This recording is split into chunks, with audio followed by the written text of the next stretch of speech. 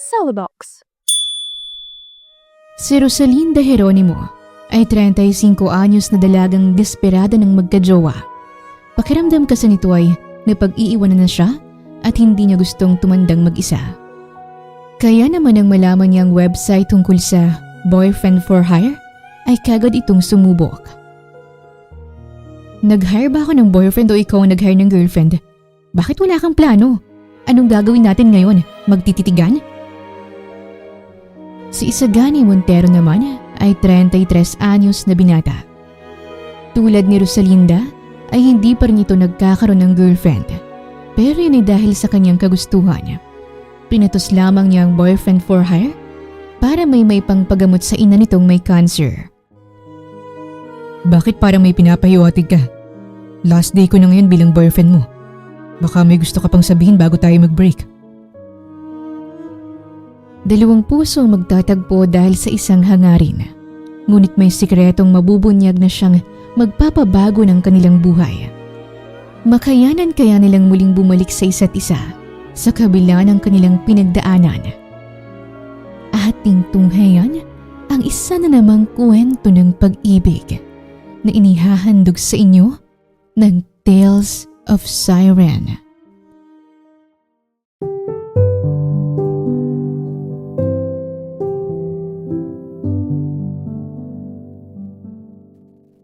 Oh, Rosalinda, kumusta? May asawa ka na ba? Bungad kagad ni Aling Belen nang makasalubong si Rose na naglalakad papasok sa trabaho. Umirap lang si Rose. Malapit na ho, pero baka hindi niyo na maabutan. Biro ni Rose, tsaka ito lumampas sa matandang babae. Isa kasing kilalang chismosa sa lugar nila, si Aling Belen. At kahit paugod-ugod na, ay malakas pa rin itong sumagap ng chismis. Kung ako talaga nagkajowa, huyo kayong lahat sa akin. Saad ni Rose sa sarili, tsaka ito malakas na bumuntong hininga at pinilit na lang ng ngumiti.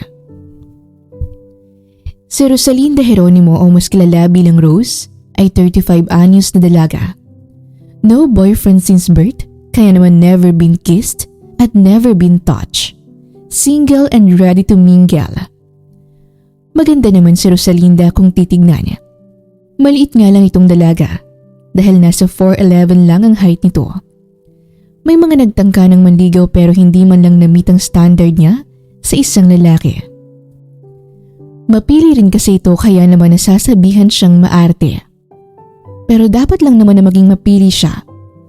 Dahil sa panahon ngayon iilan na lang ang mga lalaking papanindigan ka talaga hanggang dulo.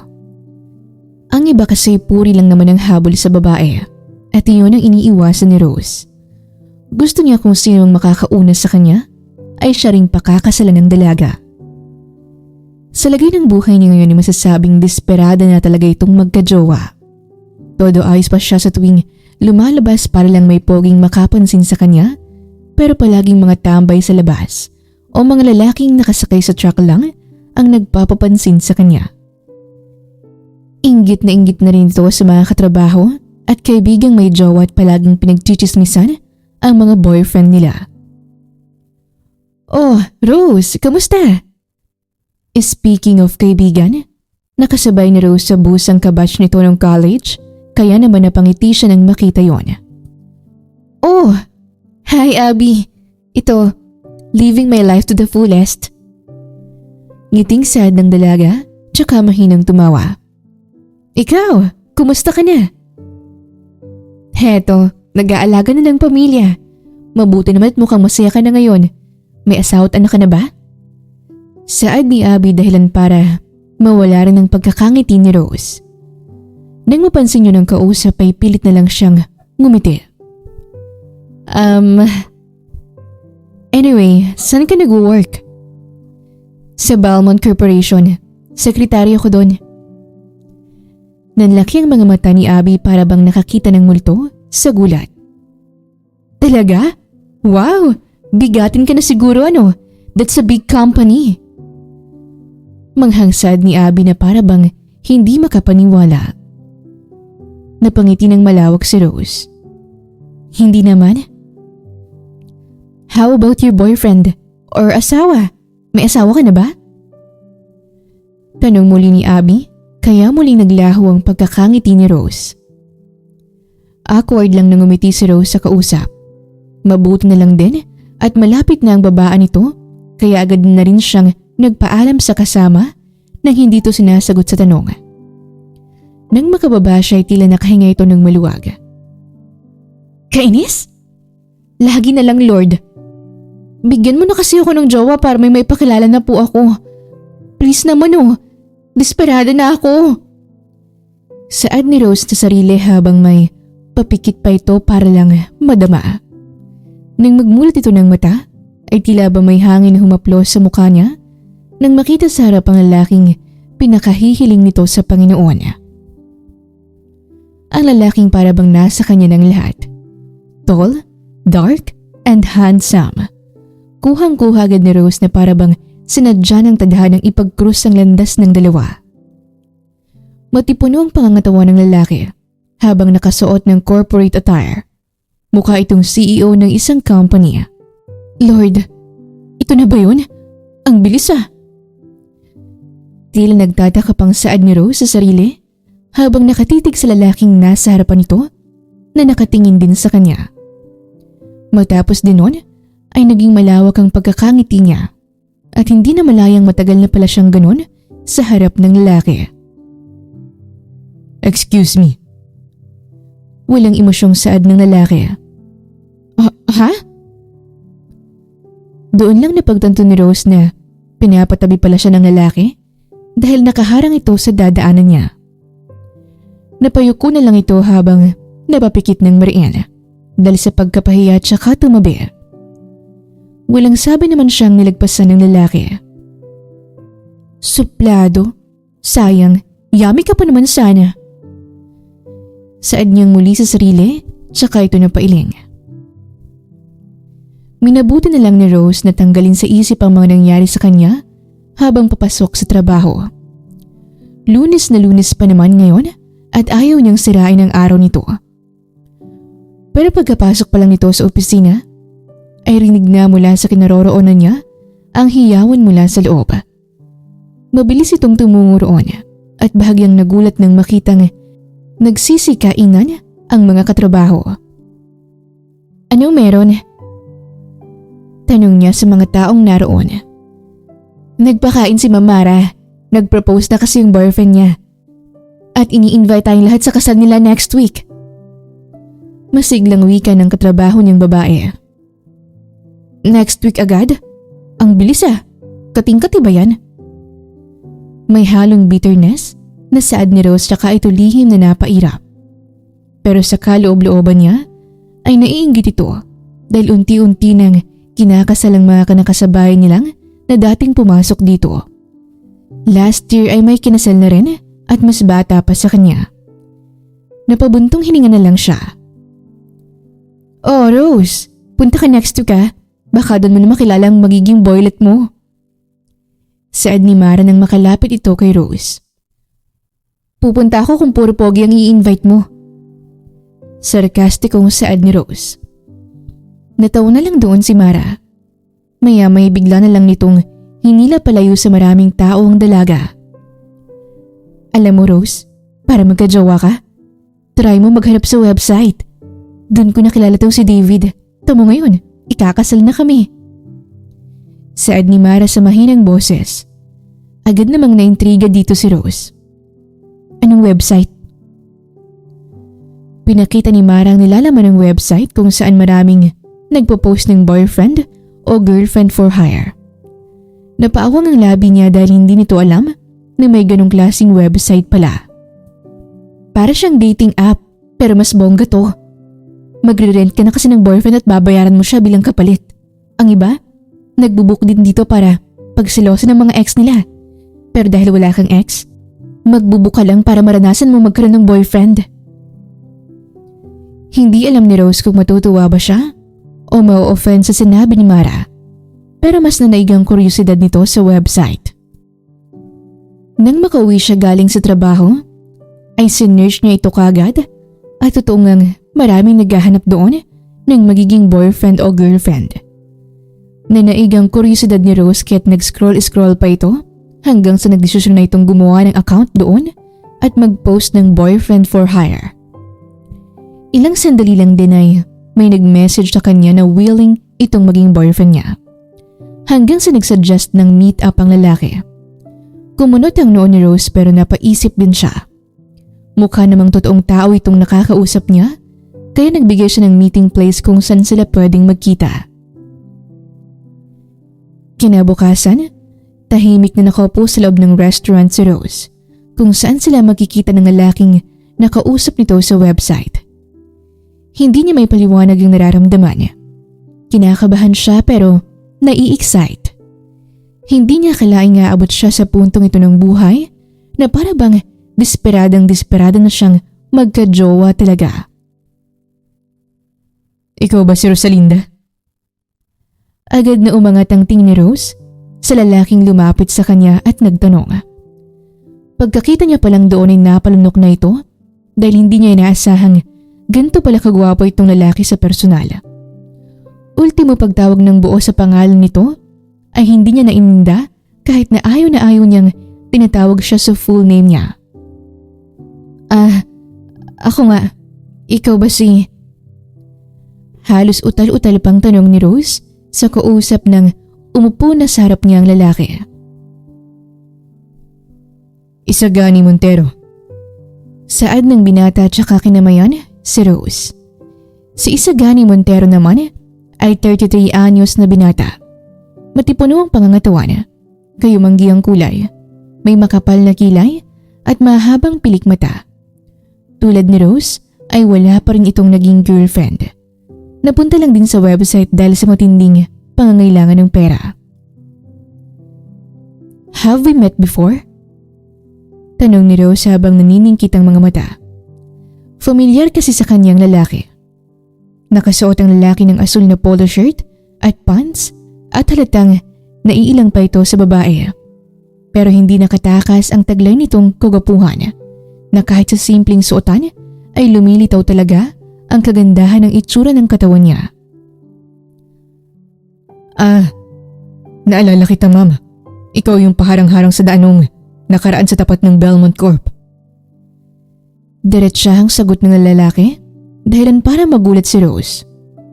Doon niya lang muling natandaan ang lalaki kaya nanlaki ang mga mata nito. Seriously? Oo nga, natatandaan kita. Ikaw yung supladong nagpatabi sa akin na akala mo sa iyong daan. Sarkastikong sagot ni Rose, tsaka ito uminom ng tubig na naroon. Pasensya na, ma'am. Hindi lang kasi maganda ang kinalabasan ng interview na inaplayan kong trabaho nun. Kaya wala ako sa mood. Nahihiya namang hingi ng paumanhin ng binata. Ma'am, hinire kita as my boyfriend, hindi trabahador ko. Pasensya na. Oo pala. Tila nahihiyang muling saad ni Isagani. Sa loob-loob ni Rose ay kinikilig ito sa lalaki dahil ngayon lang siya nakaengkwentro ng lalaking matipuno ang pangangatawan at mukhang may otoridad sa pagkilos pero mahiyain at soft boy. Mas lalo siyang nakiyuriyo sa pagkatao ng kaharap na para bang gusto niya na itong kilalanin pa ng gusto. Naningkit ang mga mata ni Rose tsaka muling pinagmasdan ang lalaki. Isagani Montero. Maarte at tila nangingilatis na saad ng dalaga. I like your name, pero masyadong mahaba. Wala ka bang nickname? You can call me Love. Bahagyang nagulat si Rose sa sinambit na yon ng lalaki. Mas lalo tuloy siyang natutuwang kausapin ito. Mahiyain pero kung bumanat ay tagos hanggang kalamnan niya. Maya-maya pa'y dumating ng order nilang pagkain at nagkwentuhan lang ng iba't ibang bagay habang kumakain. Nang matapos sila sa pagkain ay bahagyang tumikim si Isagani dahilan para mapatingin sa kanya si Rose habang nakangiti. Hinihintay ang sasabihin nito. Salamat dito sa pagkain, Rosalinda. Ha? Napabusangot si Rose. Rose na lang, wag mo na akong tawaging Rosalinda. Hindi nakakaganda eh. Oh, sorry love. Sa sinabing yun ni Isagani ay tila nakabawi naman ito dahil ang kaninang busangot na mukha ng dalaga ay napalitan na ngayon ng nagpipigil ng ngiti. Lord, ganito palang matrato bilang girlfriend. Bigay niyo lang sa akin to. Bulong ni Rose habang saglit na nakatingala. Nagtataka pa si Isagani kung sinong kausap ng dalaga, pero ngumiti na lang siya at tumayo na, tsaka inaya ang binata palabas. So, saan mo na ako balak dalhin ngayon? Tanong ng dalaga nang makalabas na sila sa restaurant. Ikaw ba? Saan mo gusto? Nag-hire ba ako ng boyfriend o ikaw ang nag-hire ng girlfriend? Bakit wala kang plano? Anong gagawin natin ngayon? Magtititigan? Lumabas na namang muli ang pagkamaldita ni Rose. Napakamot na lang si Isagani sa batok nito. Pasensya ka na. First time ko kasing magganto eh. Ako ba hindi? Kaya nga kita binayaran para maging boyfriend ko. Kaya dapat gandahan mo ang serbisyo mo. Eh kung ganito rin pala na lagi kang nakasalalay sa desisyon ko, bakit pa kita binook? Bawiin ko na lang kaya yung binayad ko. Kunwaring reklamo ni Rose, tsaka nito pinag-cross ang braso at namalikod sa binata. Sorry na love. Hotel na lang tayo. Gusto mo? Paghingi ng paumanhin ni Isagani. What? Nanlalaki naman ang mga mata ni Rose na para bang nakakita ng multo sa pagkagulat. Or park. Simpleng date lang para.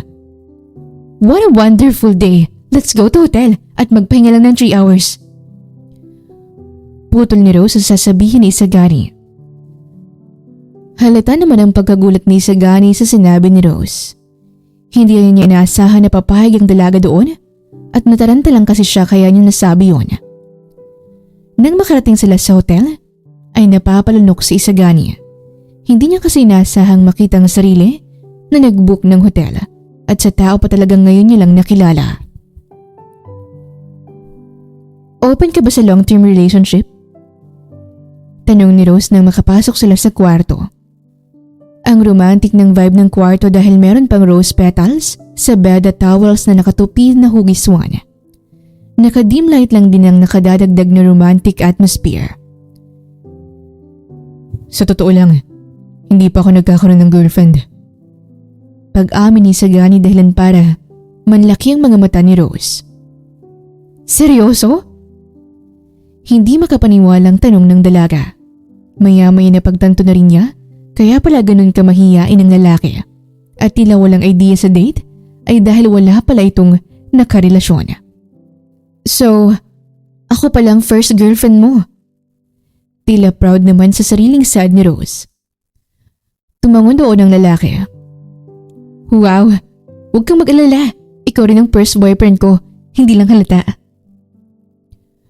Mahinang natawa roon si Isagani, tsaka ito tumabi kay Rose na nakaupo sa kama. Naging tahimik ang dalawa nang magdikit ang balat nila. Sobrang lapit lang nila sa isa't isa nang magkatingin na halos ramdam na ang hininga ng isa't isa. Inilapat ni Rose ang kamay nito sa braso ni Isagani.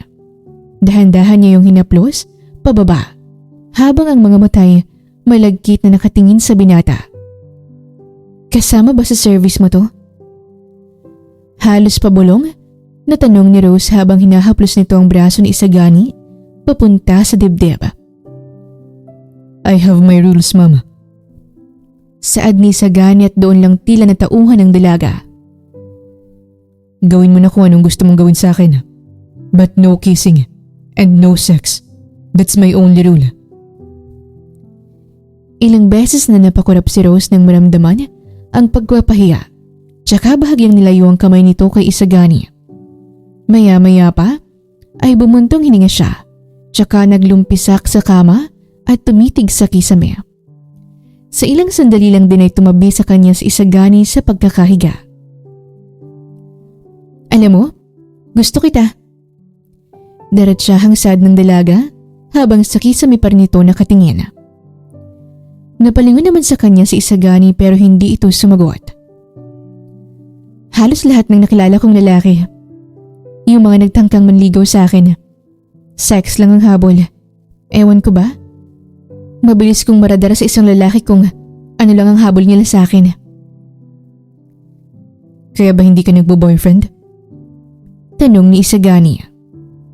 Tumango si Rose. Sabi nila mapili raw ako. But the truth is, I'm just being cautious. Ayokong pagsisihan ng magiging desisyon ko kung kailan nakatali na ako. Kaya kinikilala ko na lang ng maigi. Makitaan ko lang sila ng red flag, hindi ko na agad kinakausap. Hindi ko rin naman gustong maging broken family kami ng magiging anak ko in the future. Ang hirap kayang lumaking walang ama. Bigla na lang hinaplos ni Isagani ang gilid ng mata ni Rose dahil hindi nito namalayan na may tumulo na palang luha sa mata niya. Masyadong mababaw ang luha niya pagdating sa usaping pamilya. Sorry, masyado na yata ako nag-overshare. Natatawang sad ni Rose habang pinunasan nito ang huling butil ng luha. Bakit ka nga pala nasa website? Bago sumagot si Isagani, nagpakawala muna ito ng malalim na buntong hininga. Kailangan ko lang ng pera. Naghintay pa si Rose ng isasagot ni Isagani pero wala na itong sinabi pa. Hindi niya rin naman gustong mangulit pa kahit na curious na siya sa pagkatao ni Isagani. Natapos ang 3 oras nila sa hotel na literal na nagpahinga lang. Walang kahit anong nangyari dahil pagkatapos ng kwentuhan nila ay hindi nila namalayang pareho na pala silang nakatulog. Nasa labas na sila ng hotel nang biglang may tumawag sa pangalan ni Rose. Rose! Agad na napalingon si Rose at nanlaki ang mga mata nito nang makita ang best friend niya. Grace! Anong ginagawa mo rito? Ikaw ang dapat kong tanungin. Anong ginagawa mo rito? Makahulog ang tanong ng kaibigan, tsaka palipat-lipat ang tingin kay Rose at Isagani, tsaka nito muling pinagmasdan ng hotel na pinanggalingan nila. Boyfriend mo na ba yan? In fairness, ang pogi mukhang hindi pa patol sa'yo. Agad na tinakpan ni Rose ang bibig ng kaibigan. Madaldal kasi ito at pareho silang prangka sa isa't isa. Mas malala pa kapag magkasama na sila dahil halos wala na silang hiya. Ano ka ba? Itigil mo nga muna yung bunganga mo. Nakakahiya.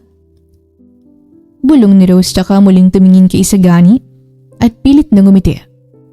Sorry Isagani. Mauna pala kami nitong si Grace, kaibigan ko. Ingat ka sa pag-uwi Saad na lang ni Rose tsaka hinila ang kaibigan palayo. Gusto pa sanang lumapit ng kaibigan pero pinigilan lang siya nito. Girl! Sino yun? Ang pogi Makahulog ang ngiting tanong ni Grace sa kaibigan ng makalayo. Si Isagani. Ano kasi? Ano? Kayo na? Sus, huwag ka nang mahiya. 35 ka ng babae ka. Pwedeng-pwede ka na nga bumuka ka roon Manahimik ka nga. Nakakahiya yung bunganga mo. Hindi ko siya boyfriend. Pero, hinire ko siya para maging boyfriend. Ano? Ginawa mo namang sasakin yung tao, te. Hindi sumagot si Rose. Patuloy lang sila naglalakad hanggang sa biglang huminto si Grace. Don't tell me kumagat ka na sa boyfriend for hire na yan. Muli hindi nakasagot si Rose. Umiwas lang siya ng tingin sa kaibigan at doon pa lang ay alam na ni Grace ang sagot. Nabanggit kasi ni Rose sa kanyang tungkol sa website at binalaan siya rito ng kaibigan pero hindi pa rin nakinig si Rose. What the? Ganyan ka na pala ka-desperada, girl? Tigang na tigang? Tagtuyot? Diretsahang muling sad ng dalaga, kaya naman mas lalong naiinis si Rose. Nang hindi na sumagot pa si Rose ay mas lalong natawa si Grace. Sanay na sila sa isa't isa. Magkakilala ng dalawa simula bata pa lang, kaya kilalang kilala na rin nilang isa't isa. Hindi makapagtatago ng lihim si Rose at ganun din si Grace. Ang kaibahan lang nilang dalawa, si Grace ay may mga magulang pa at lumaking kumpleto ang pamilya. May asawa na rin ito ngayon at isang anak. Habang siya'y tila na pag-iiwanan na dahil pinagkaitan na nga ng magulang, ay tila pati makakasama sa buhay ay pinagkakaitan din siya. Wala na rin kasi siyang kasama sa buhay. Nag-iisa na lang dahil pumanaw na ang nanay nito habang ang ama niya ay hindi niya alam kung sang lupalop ng mundo. Bata pa lang siya nang iwanan silang mag-ina ng ama nito. Hindi sa tinututulan kita sa gusto mo, BFF, pero mas maganda pa rin siguro kasi yung organic encounter. Kumbaga hindi pilit. Hindi mo kailangan piliting mangyaring isang bagay. Basta willing to wait ka, darating din yan. Payo ng kaibigan, tsaka siya binigyan ng tapik sa likod. Alam mo kakahintay ko, baka senior citizen na ako bago pa ako makapag-asawa. Pabalang na sagot ni Rose dahilan para muling matawa ang kaibigan. Pero in fairness mukhang yaming napili mo. I-push mo na girl, huwag mo nang pakawalan. Gusto ko nga sana kaso mukha siyang pera. Seryoso? Paano mo naman nasabi yan? Judgmental ka masyado Tumawa na lang din si Rose. Ito kasi ang pagkakakilala niya kay Isagani dahil sa sinabi nitong dahilan kung bakit naroon siya sa website. Wala na rin naman siyang sinabing ibang dahilan kaya natural lang na ganun ang maging tingin ni Rose sa kanya. Kinabukasan ng muling magkita si Rose at Isagani ay humingi ng sorry si Rose tungkol sa biglaan nitong pag-alis kahapon. Kasalukuyan sila ngayong nasa park dahil dito siya inaya ni Isagani. Nakaupo sila sa isang bench. Hindi pa pala natin napag-uusapan ng tungkol sa rules mo, Rose. May rule ka ba pagdating dito? Wala naman. Gusto ko lang matato ng tama. Makahulog ang sad ni Rose at tinanguan naman ito ni Isagani. Bakit ka nga pala nasa website? Nakalimutan ko yung tanungin kahapon. Tulad nga ng sabi ko, gusto ko lang matato ng tama. Muling sagot ni Rose. Yun lang? Magbabayad ka ng malaking halaga para lang itrato ka ng tama? Napabaling ang tingin ni Rose kay Isagani. Bakit mo nilalang? Mababa ba ang tingin mo sa akin? Agad na umiling si Isagani. Hindi. Nagtataka lang ako. Kasi ang sabi sa akin, kadalasan ng mga kumukuha ng boyfriend for hire ay may purpose. Tulad na lang ng pagsisilosa ng ex nila o ipapakilala lang sa magulang para makuha ang mana. Nagulat lang ako sa iyo kasi nagbayad ka pa ng malaki para lang matrato ng tama. Mahabang paliwanag ni Isagani. Ewan ko ba, sinabi lang sa akin ng katrabaho ko. Desperado na nga siguro talaga ako magka-jowa kaya kita binook. Mahinang natawa ang dalawa dahil sa sinabing yun ni Rose. Pero hindi naman sa binabaliwala kung gusto mo. Pinapaalalahanan lang kita na makukuha mo rin yung tamang pagtrato sa'yo. Hindi man ngayon. Malay mo, hinahanda ka lang para ready ka kapag pinakilala na sa'yo ang tamang tao. Paano kung ikaw ang gusto ko? Ikaw na lang magtrato sa akin ng tama. Sagot ni Rose. Mahinang natawa rito si Isagani. Hindi niya sinagot ang dalaga, kaya naman ramdam nitong pagkapahiya.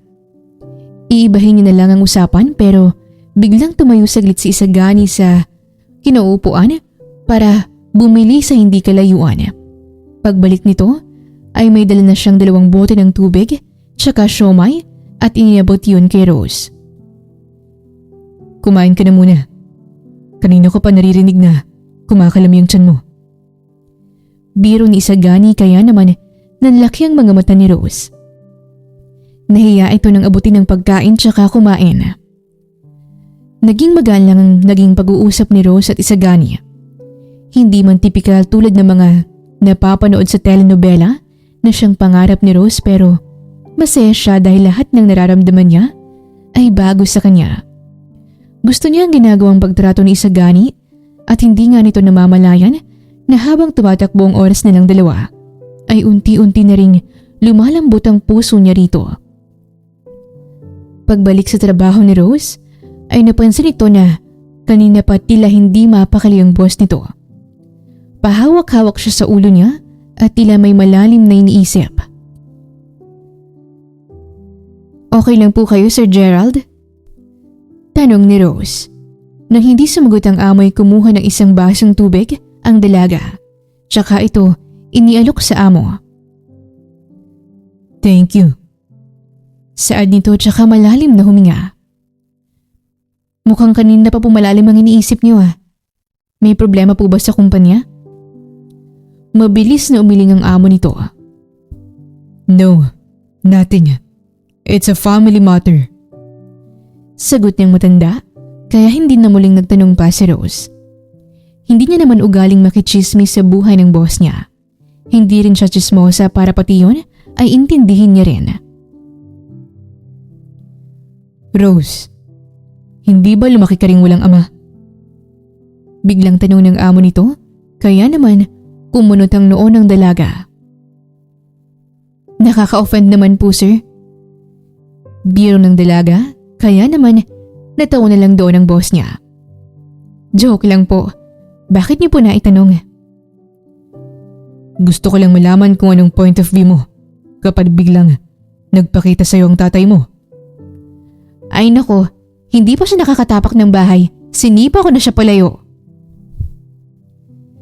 Napalanok doon si Gerald at nang mapansin ito ni Rose ay bahagya siyang natawa. Bakit po ba sir? Huwag mong sabihin ikaw ang tatay ko. Maintindihan ko po kung bakit niyo ako iniwan. Biro pa ng dalaga, kaya naman napailing na lang sa kanyang boss. Palabiro ka talagang bata ka. Ngumiti na lang si Rose at tila gumaan na rin ang loob niya nang makitang napapatawa niya ang boss nito. I actually have a son. Biglang sad ni Gerald dahilan para manlaki ang mga mata ni Rose. Sa pagkakaalam kasi nito ay walang anak ang boss niya kahit may asawa ito. Po?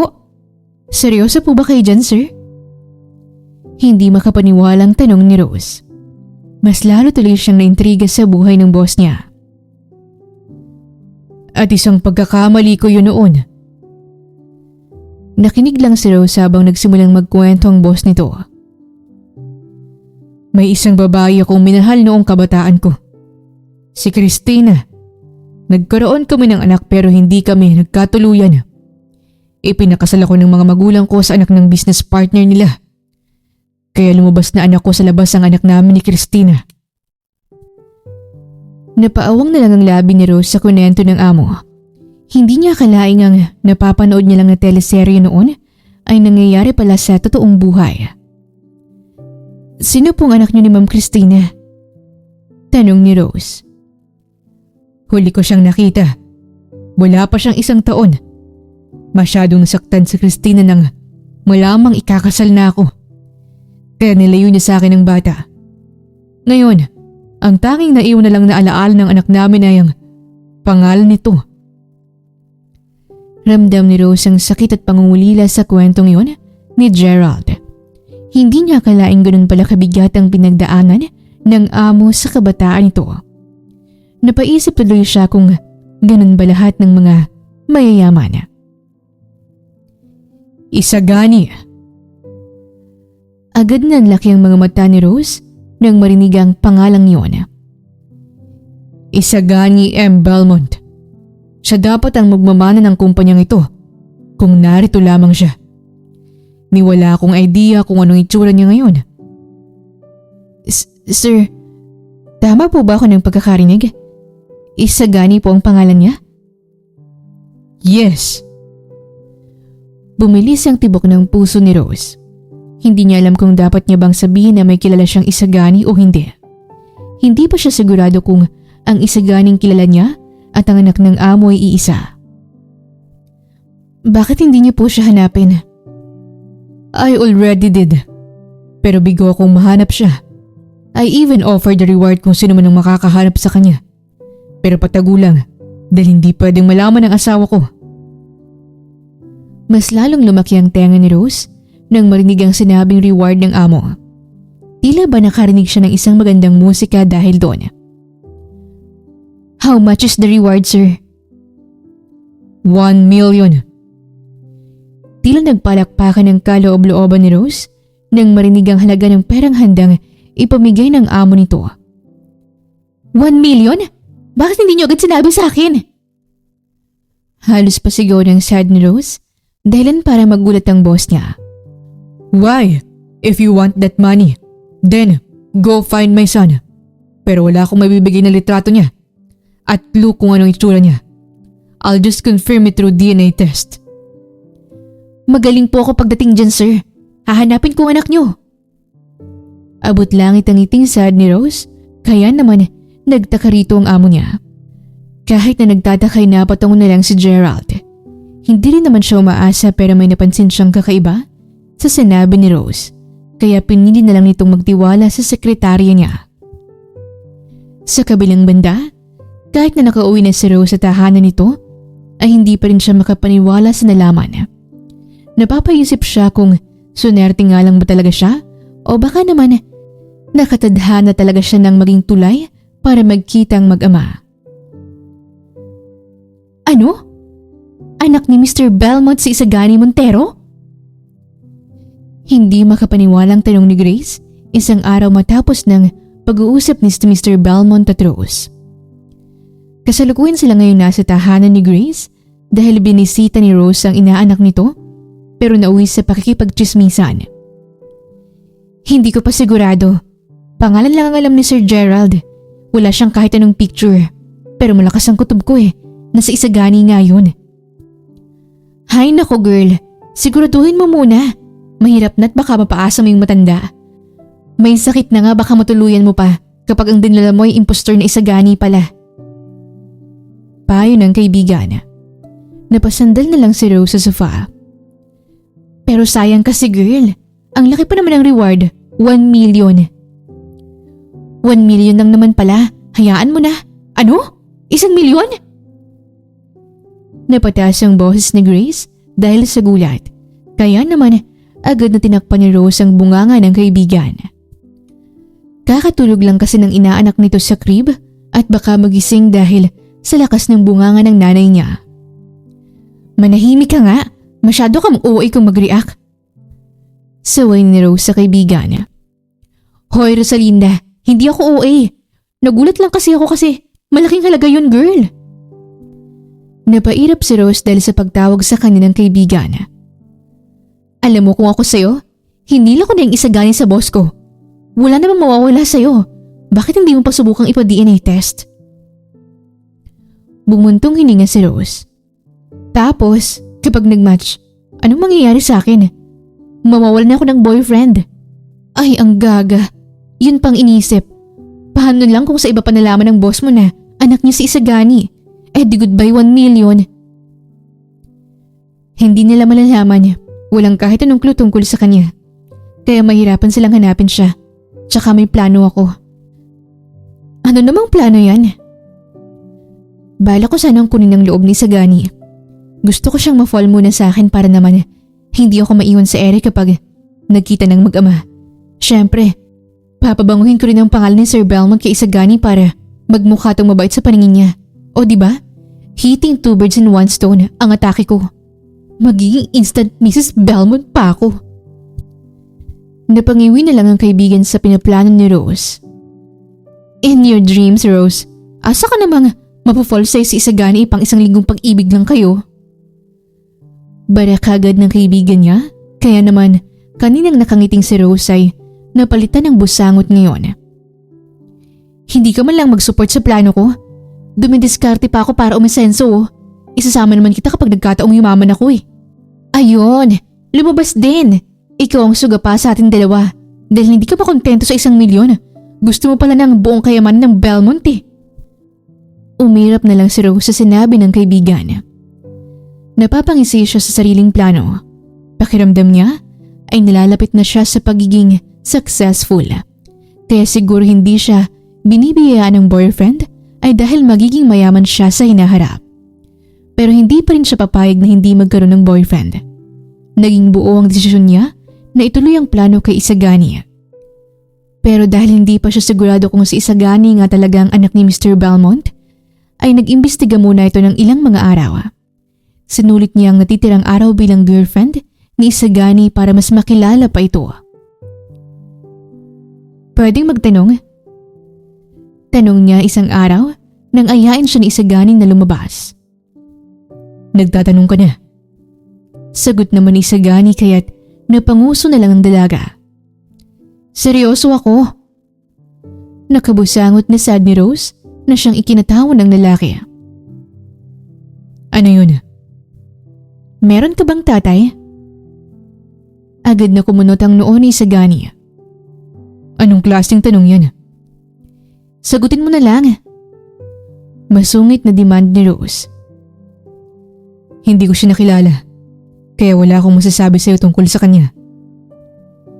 Tanging sad lang ni Sagani at tila iniiwasan ng topic na yon. Bakit mo ba natanong? Umiling si Rose. Wala lang, gusto ko lang kilalanin ka pa. Nakangiting sagot niya. Bakit parang may pinapahiwatig ka? Last day ko na ngayon bilang boyfriend mo. Baka may gusto ka pang sabihin bago tayo mag-break. Biro ni Sagani habang natatawa. Mahina ring natawa si Rose. Doon niya lang din napagtanto na ito na nga pala ang huling araw na magkasama sila ni Sagani. Pakiramdam niya ay napakabilis lang ng araw na nagkasama sila. Pwede pa naman tayong magkita, diba? Kahit as a friend lang. Sambit ni Rose habang nakangiti.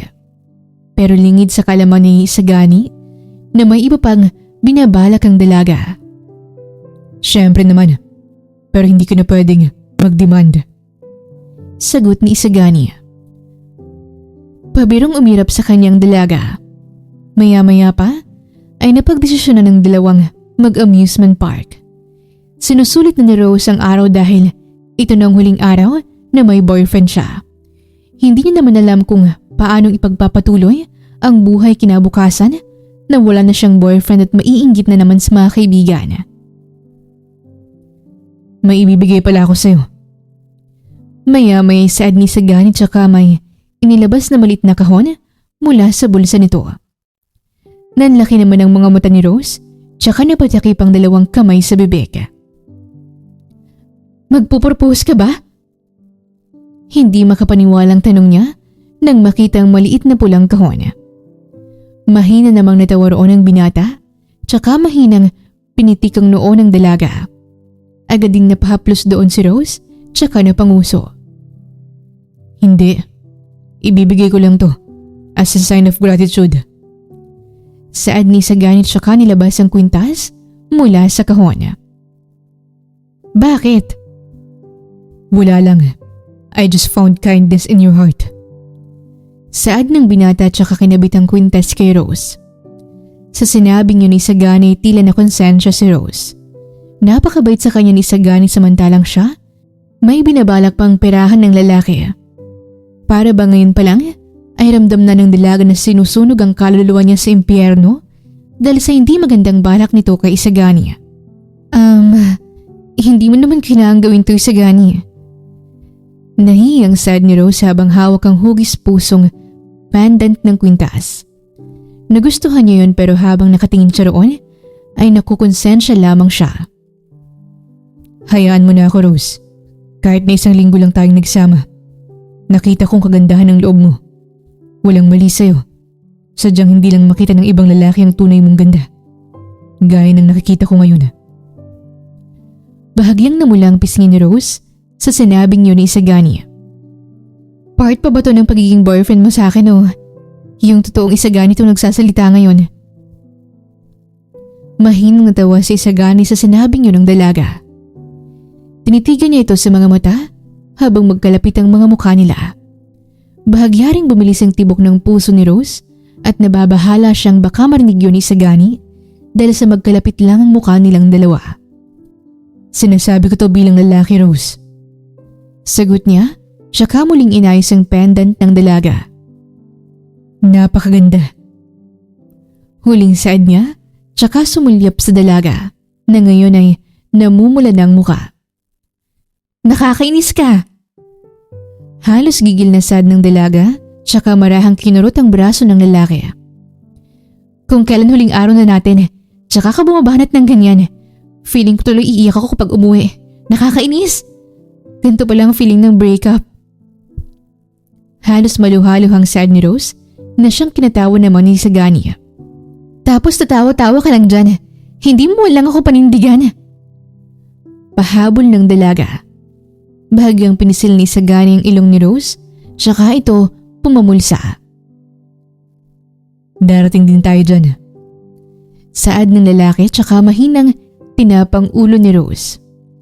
Sus, hindi na ako aasa. Tara na nga't gabi na. Baka hindi pa kita pauwiin eh. Biro ni Rose tsaka napanguso. Nauna na itong nung maglakad kay Isagani pero napahinto siya ng hawakan ng lalaki ang kamay niya. Ano na naman? Hindi na naituloy ni Rose ang sasabihin nito nang pagharap niya sa lalaki ay biglang nagdampi ang mga labi nila. Nanlalaki ang mga mata niya dahil sa gulat habang si Isagani ay nakasuporta sa likuran nito at ang isang palad ay nasa pisngi niya at marahan nitong hinahaplos. Hindi magawang magpumiglas ni Rose dahil nanghina siya sa ginawa ng lalaki. Nang maghiwalay ang mga labi nila ay pareho nilang habol ang hininga. What was that? Gulat pa rin tanong ni Rose habang hindi na makatingin pa kay Isagani. Pero sa halip na sumagot ay muli na namang hinila ni Isagani si Rose para sa isang mahigpit na yakap. Dahil sa hanggang dibdib lang siya ni Isagani ay narinig nito ang bilis ng tibok ng puso ng binata. Para bang pareho lang silang mabilis ang tibok ng puso at nagsasabay iyon. Mamimiss kita. Saad ni Isagani habang haplos-haplos ang buhok ng dalaga. Maiinis na talaga ako, Isagani. Huwag mo akong ginaganito dahil kapag ako gumanti, hindi ka talaga makakauwi ngayong gabi. Banta ni Rose pero narinig na lang nito ang mahinang tawa ni Isagani tsaka mas sinigpitan ng pangyakap bago ito kumalas. Hindi makatingin ng diretso si Rose kay Isagani dahil pa rin sa konsensyang nararamdaman. Naisip niyang kailangan niya nang itigil ang plano dahil mukhang si Rose na rin ang nahuhulog. Naisip niyang panahon na para malaman ni Isagani ang totoo tungkol sa totoo niyang ama. May sasabihin din pala ako. Ano yun? Tanong ni Isagani habang matamis itong nakangiti sa dalaga. Tungkol ito kay Mr. Belmont. Kumunot ang noo ni Isagani sa sinabing yun ng dalaga. Anong kinalaman ni Mr. Belmont dito? Nagtatakang tanong nito. Nakagat ni Rose ang ibabang labi nito. Ano kasi, siya ang... Hindi na ituloy ni Rose ang sasabihin nito nang biglang mag-ring ang phone ni Isagani. Agad din yung kinuha ng binata, tsaka sananyasan lang saglit si Rose. Tumungo naman ang dalaga bilang tugon. Lumayo muna ng bahagya si Isagani nang sagutin ang tawag. Hindi alam ni Rose kung bakit siya kinakabahan. Sasabihin niya lang naman ang totoo kay Isagani pero kung pagpawisan siya ng malamig ay akala mo may malaki siyang kasalanan. Nang bumalik si Isagani hindi na may pintang mukha nito. Bagay na pinagtaka ni Rose. I'm sorry Rose. Kailangan ko nang umalis. Emergency lang. Nagmamadaling sad ni Isagani kaya naman labis na nagtaka roon si Rose. Anong nangyari? Tanong niya. Sorry, mauna na ako. Diyan ka lang. Ibubuk na lang kita ng grab pa uwi. Saad muli ni Isagani tsaka ito nagmamadaling umalis doon.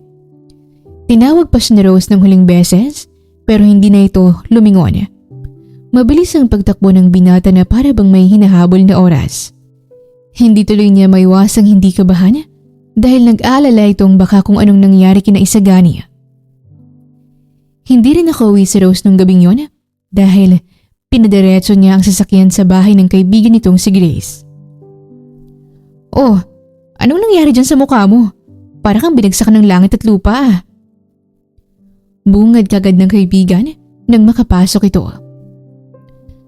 Ganito palang feeling ng makipag-break. Matamlay na sad ni Rose tsaka ito sumalampak sa sofa.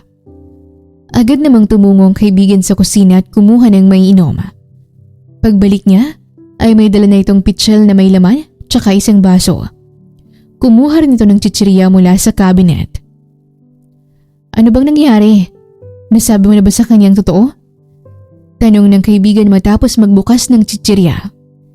Nagsali ng may inom si Rose sa baso, Saka yung diretsong ininom. Pero agad ding nanlaki ang mata niya at naibuga ang inumin nang malasahan ng pait nun. What the? Alak ba to? Gulat ng tanong ni Rose habang nakabaling ang tingin kay Grace. Malakas lang na tumawa si Grace na para bang nagtagumpay sa plano. Oo, kasi broken ka kaya magiinuman tayo. Walang iya ka talaga? Hindi mo man lang ako sinabihan. Tsaka amoy ala ka. Nakainom ka? Aha. Nauna na kami mag-one-on-one ni Mister. At alam mo na, gawa na agad ng baby number 2. Buti nga tapos na kami bago ka pa nakarating dito. Napangiwi si Rose sa sinabi ng kaibigan niya. Kahit kailan talaga ay walang preno ang bunganga nito. Wala na rin siyang hiya para sabihin yun sa kaibigan niya. Kahit nga yata bilang ng buhok nito sa ibaba ay kabisado ni Rose dahil sa masyadong walang filter ang bunganga ni Grace. Ganda ng kwintas mo ah. Tunay ba yan? Hinawakan ni Grace ang pendant ng kwintas ni Rose. Bigyan ni Sagani. We, seryoso ba? Hindi ako naniniwala. Saad ni Grace, saka ito uminom. Totoo nga, binigay niya kasi mabuti raw akong tao. Agad ding naibuga ni Grace ang iniinom nito dahil sa sinabi ni Rose. Bahagya pa siyang nabulunan kaya't umubo-ubo ito habang si Rose ay tinatawanan lang siya na para bang isang nakaganting kontrabida. Kinarama ka tuloy girl. Natatawa pa rin sad ni Rose sa kaibigan. Seryoso? Sinabi niya yan? Hindi pa rin makapaniwalang tanong ni Grace habang maluha-luha ito dahil sa ubo. Oo nga kaya nakakonsensya ako. Kahit sabing hindi pa naman confirm na siya talagang anak ni Sir Gerald. Naisip kong hindi pa rin naman ako sasay sa yaman kung walang nagmamahal sa akin. Seryosong sad ni Rose habang nakatingin ito sa kawalan. Ngayon lang kita nakitang seryoso ng ganyan. Naninibago ako, Rose. Seryoso na rin saad ni Grace. Nang magkatinginan sila, ay kumibit balikat lang ang dalaga. Bakit hindi mo pa sinabi kanina? Sasabihin ko na sana, kaso nagkaroon siya ng emergency. So bakit malungkot ka pa rin? Ayun na nga eh. Pakiramdam ko kapag siya nga talaga si Isagani Belmont, mahirap na siyang i-reach. Mamimiss ko yung moments namin na sobrang caring at thoughtful niya sa akin. Ewan ko ba? Isang linggo lang naman yun pero parang ang lalim na ng pinagsamahan namin. Nasasaktan pa rin ako na hindi kami ang endgame. Hindi na malay ni Rose na lumuluha na pala siya. Tsaka niya pa itong naramdaman ng punasan yun ng kaibigan at nakatingin na sa kanya na para bang naiintindihan ito si Rose. Hindi na nagsalita pa si Grace at binigyan na lang ng mahigpit na yakap ang kaibigan niya. Pero kanina, kinis niya ako sa lips. Saad ni Rose habang nakayakap pa rin kay Grace. What? Kinis ka niya? Sa lips? Agad na kumala si Grace at nakahawak na lang ito ngayon sa magkabilang balikat ni Rose habang nanlalaki ang mga mata. Tumangwang dalaga. Parang nga may something sa kiss na yun eh. Hindi lang dahil sa pagpapanggap niya bilang boyfriend ko. Pero ayokong umasa. Kasi kung may feelings na rin siya sa akin, di ba dapat pinursona niya ako? Agad din namang lumambot ang itsura ni Grace na para bang naawa ito sa kaibigan. Ganyan talaga ang mga lalaki. Paasahin ka pero hindi ka naman paninindigan. Hayaan mo na. Mas okay na maging single kesa umasa sa taong wala kang aasahan. Nandito lang naman ako. You can count on me anytime. Pag-comfort ni Grace na siyang nagpaga ng loob ng dalaga. Ngayon niya lang napagtanto na swerte pa rin pala siya dahil meron siyang kaibigan na tulad ni Grace. Magmula bata ito ay ito nang lagi niyang kasangga. Lagi niyang naasahan at talagang pinagkakatiwalaan. Para nang ang kapatid ang turing nila sa isa't isa. At isa sa pinagpapasalamat ni Rose sa kaibigan ay hindi siya nito iniwan kahit na nagkapamilya na ito. Swerte pa rin siya dahil may natatangi itong kaibigan na alam niyang hindi siya iiwan. Thank you, Grace. Pinapaiyak mo naman ako. Saad ni Rose tsaka muling tumulo ang luha nito. Pati si Grace ay naiyak na rin nang yakapin siya nito, pero pareho lang din silang nagtawanan kalaunan. Kinaumagahan ay masakit ang ulo ni Rose pagkagising. Para itong binibiyak. Kasalukuyan pa rin siyang nasa bahay ng kaibigan at nanghingi ito ng gamot pero wala raw extra si Grace, kaya naman napagdesisyonan niyang bumili na lang sa butika malapit roon. Nang makabili na si Rose at paalis na sana ito pero narinig niya ang isang pamilyar na boses na bumili rin sa butika. Nang tingnan niya ito ay nakita niya si Isagani. Isagani? Anong ginagawa mo rito? Nang magtama ang paningin nila, ay pati si Isagani nagulat nang makita si Rose. Ikaw, anong ginagawa mo rito? Taga dito ang kaibigan ko. Okay. Saan niya lang, saka ito muling bumaling sa tindera. Pinagmasdan na lang siya ni Rose habang bumibili. Para bang walang nangyari kahapon kung kausapin siya ni Isagani ngayon. Para bang may kulang sa lalaki o may mali. Una na ako, Rose. May naghihintay sa akin eh. Saad niya, tsaka tipid ng umiti at umalis. Mas lalong pinagtakhan yun ng dalaga. Ramdam niya talagang may mali. Kaya naman ang medyo makalayo si Isagani ay lihim itong sinundan ni Rose. Hanggang sa mapadpad sila sa ospital sa hindi kalayuan. Mas lalong napaisip ang dalaga kung anong ginagawa roon ni Isagani. Pero lalo ring sumasakit ang ulo niya. Kaya naman bumili muna ito ng tubig at ininom na ang gamot kahit wala pang kain. Nang muling hanapin ang paningin ni Rose si Isagani ay hindi niya na ito makita. Nagsalubong ang kilay niya at nilibot ang kaninang pinanggalingan lang ni Isagani pero wala na ito roon. Kaya naman napabuntong hininga siya. Pabalik na ito nang hindi niya nakitang may hagdan pala sa dadaanan niya. Kaya naman napatit ito at napapikit habang hinihintay ang sariling mapasalampak sa sahig. Pero hindi yun nangyari. Naramdaman niya na lang na may nakapulupot na braso sa bewang niya para hindi siya tuluyang malaglag. At nang imulat nito ang mga mata, ay nakita niya nang malapitan si Isagani. Mas lalong nanlaki ang mga mata niya, kaya naman agad niyang tinulak ang lalaki at pilit itong ngumiti. Sinusundan mo ba ako? Takang tanong ng lalaki. Ha? Hindi. Naghahanap lang kasi ako ng mabibilhan ng tubig. Oo, tama. Iinom kasi ako ng gamot. Tarantang palusot ni Rose habang hindi makatingin ng diretso kay Isagani.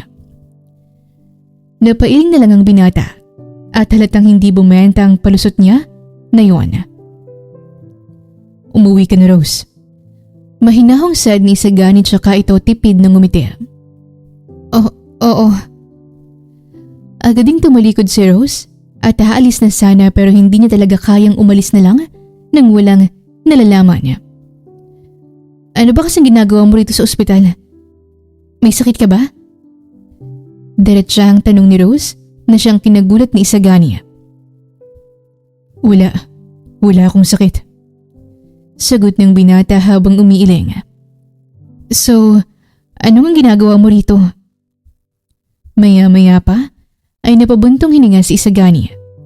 Wala na rin itong nagawa kaya kinuha nito ang kamay ng dalaga. Halika.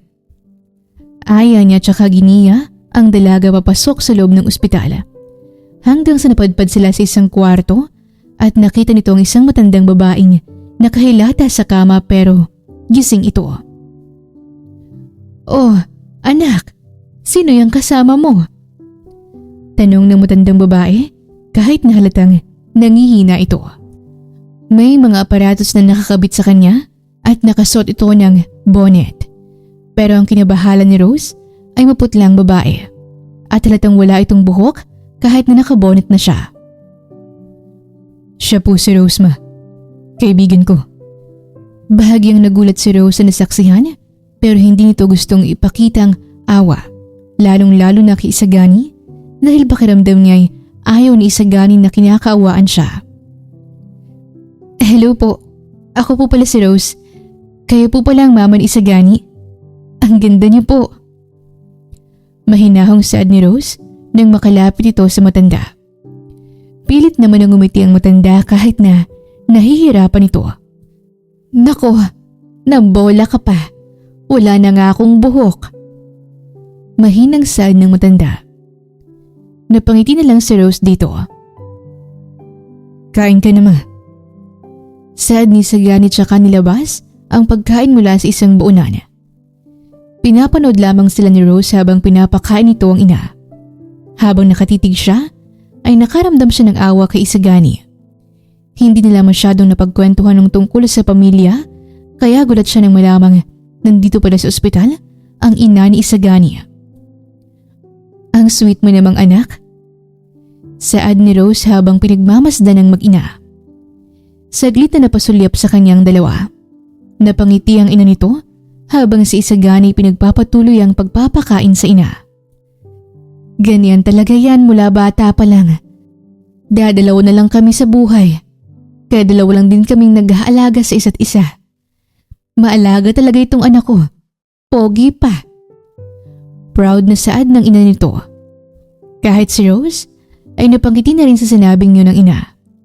Aminado siyang nahusgahan niya si Isagani nung mga unang interaksyon nila dahil hindi niya ito ganoon kakilala. Pero nang makita lamang niya itong inaalagaan ng ina, ay tila nagbago ang paningin na yun ni Rose sa lalaki. Nagdesisyon munang lumabas si Rose para makasandal ng maayos dahil hindi siya makasandal sa loob. Ramdam pa rin kasi nito ang pananakit ng ulo hanggang sa maya-maya ay lumabas din si Isagani at tumabi sa kanya sa pagkakaupo sa bench. Ano? Nagsisisi ka na bang sinundan mo pa ako rito? Nagawa pang magbiro ni Isagani nang makaupo sa tabi ni Rose. Pabiro siyang inirapan ng dalaga. Kailan pa? Tanong na lang ni Rose tungkol sa kalagayan ng ina ni Isagani. Agad din namang naintindihan yun ng binata. Matagal na.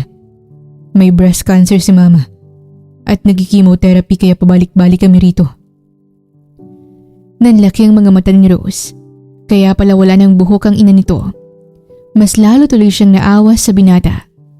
Halata sa mga mata niya ang hirap at pagmamahal sa ina. Kaya pinasok ko ang website para sa boyfriend for hire. Pinatos ko na. Kailangan ng pera eh. Kulang naman ang kinikita ko sa parakit-rakit lang. Sa sandaling ito ay gustong yakapin ni Rose si Isagani. Muli na naman siyang nakonsensya dahil maling-mali ang pagkakakilala nito sa lalaki. Akala niya noon ay mukhang pera lang ito, kaya sinabing kailangan ng pera pero may malalim palang dahilan. Naging mapanghusga siya nang hindi man lang nalalaman kung anong dahilan ni Isagani noon. Wala ka bang trabaho? Mahinang tawa si Isagani. Sa totoo lang, marami akong trabaho. Hindi nga lang sapat ang kinikita ko rito sa Pinas. Ang hirap umunlad sa bansang to. Mahirap ka na pero mas lalo ka pang pinapahirapan dahil sa gobyernong gahaman. Makahulugang side niya na ikinatawa rin ni Rose. I know, right? Pilipinas nga naman. Umiiling na ni Rose. Matapos din ang usapan nila ay tila mas lalong gumaan ang pakiramdam ni Rose kay Isagani. Ramdam niya ang pagiging mabuting tao nito. Halos nasa kanya na nga ang lahat. Gwapo na, mabait pa, maalaga pa. Nagdesisyon na silang pumasok sa kwarto para magpaalam na si Rose. Oh, uuwi ka na kaagad? Opo. Bisita na lang po ako sa susunod na araw. Oh, siya, sige. Mag-iingat ka, iha, ha? Opo. Pagaling din po kayo, mama. Hindi pa alam ni Rose kung anong itatawag sa matanda. Christina. Tita Christina na lang para nakakabata namang pakinggan. Saglit na natigilan si Rose nang marinig ang pangalan ng matanda. Lumunok pa ito ng ilang beses habang inaalala ang pinag-usapan nila ng boss nito nung nakaraan. Hindi siya pwedeng magkamali dahil Christina rin ang narinig nitong banggit ni Mr. Belmont tungkol sa babaeng minahal niya. Doon niya napagkonekta ang lahat at muli ay sumakit na naman ang ulo niya nang matagal na itong nag-iisip. Okay ka lang ba, iha? Tanong muli ng matanda. Doon lang nakabalik sa ulirat si Rose kaya naman pilit na lang itong ngumiti. Oh, okay lang po ako.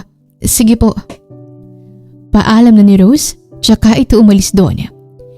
Hinatid pa siya ni Isagani hanggang sa labas ng ospital pero halos hindi na siya ramdam ni Rose dahil ang tanging nasa isip nito ay puntahan ng boss at sabihin na rito ang totoo. Hindi niya na nga namalayang nasa opisina na pala siya ni Mr. Belmont dahil sa pagmamadali nito, buti na lang ay naabutan niya pa ang boss doon. Sir, may dapat po kayong malaman. Hinihingal na sad ni Rose habang pabagsak nitong pinatong ang mga kamay sa mesa. Halata naman ang pagkagulat kay Mr. Belmont dahil sa ginawang iyon ni Rose. What is it, Rose? At parang nanggaling ka pa sa karera. Sir, I found your son. Si Isagani. Agad na nanlaki ang mga mata ni Mr. Belmont. Napatayo agad ito at may tinipa sa telepono. Are you sure? Dalhin mo ko sa kanya ngayon. Saad ng matanda at walang pasabing kinuha ang coat nito tsaka naglakad palabas ng opisina. Nagulat naman doon si Rose. Ngayon na? As in, noon talaga sir? Hindi makapaniwalang tanong niya. Of course! Sa tagal mo na nagtrabaho sa akin, you never lied. Kaya I believe in you. Dalhin mo ko kung nasan siya ngayon. Kahit nagulat, ay napatango pa rin si Rose dito. Sa kabilang banda, ramdam na ni Isagani na tila'y may kakaiba sa kinikilos ni Rose bago ito umalis. Hindi niya lang mawari kung ano yun. Pansin na rin ito kay Rose nung nasa magkasintahan stage pa lang sila. Kapag may kakaiba sa kanya pansin ng lalaki, pero hindi na lang ito nagpapahalata. Inoobserba niya lang ang dalaga. Pero ngayon ay nagmamadali si Rose kaya hindi niya mawari kung ano bang nangyayari dito. Salubong na naman ang kilay mo. Saad ng ina ni Isagani, kaya naman doon lang siya nakabalik sa wisyo. Nagtataka lang ako kay Rose, ma. Para siya nagmamadali kanina nung nalaman ang pangalan mo. Saad ni Isagani sa ina. Napaisip din doon ang ina at umagri siya sa anak. Oo nga parang nakakita ng multo. Pero alam mo anak, ang ganda ni Rose, bagay kayo. Pangasar ng ina, kaya naman mahinang natawa si Isagani. Naku ma, nangaasar ka lang Totoo nga anak, hindi mo ba siya gusto? Gusto, pero mas focus po kita ngayon ma. Anak, ilang taon ka na? Siguro panahon na para sarili mo naman ang intindihin mo. Hayaan mo na ako. Ilang taon mo na akong inaalagaan. Napapabayaan mo na lang ang sarili mo, pati love life mo.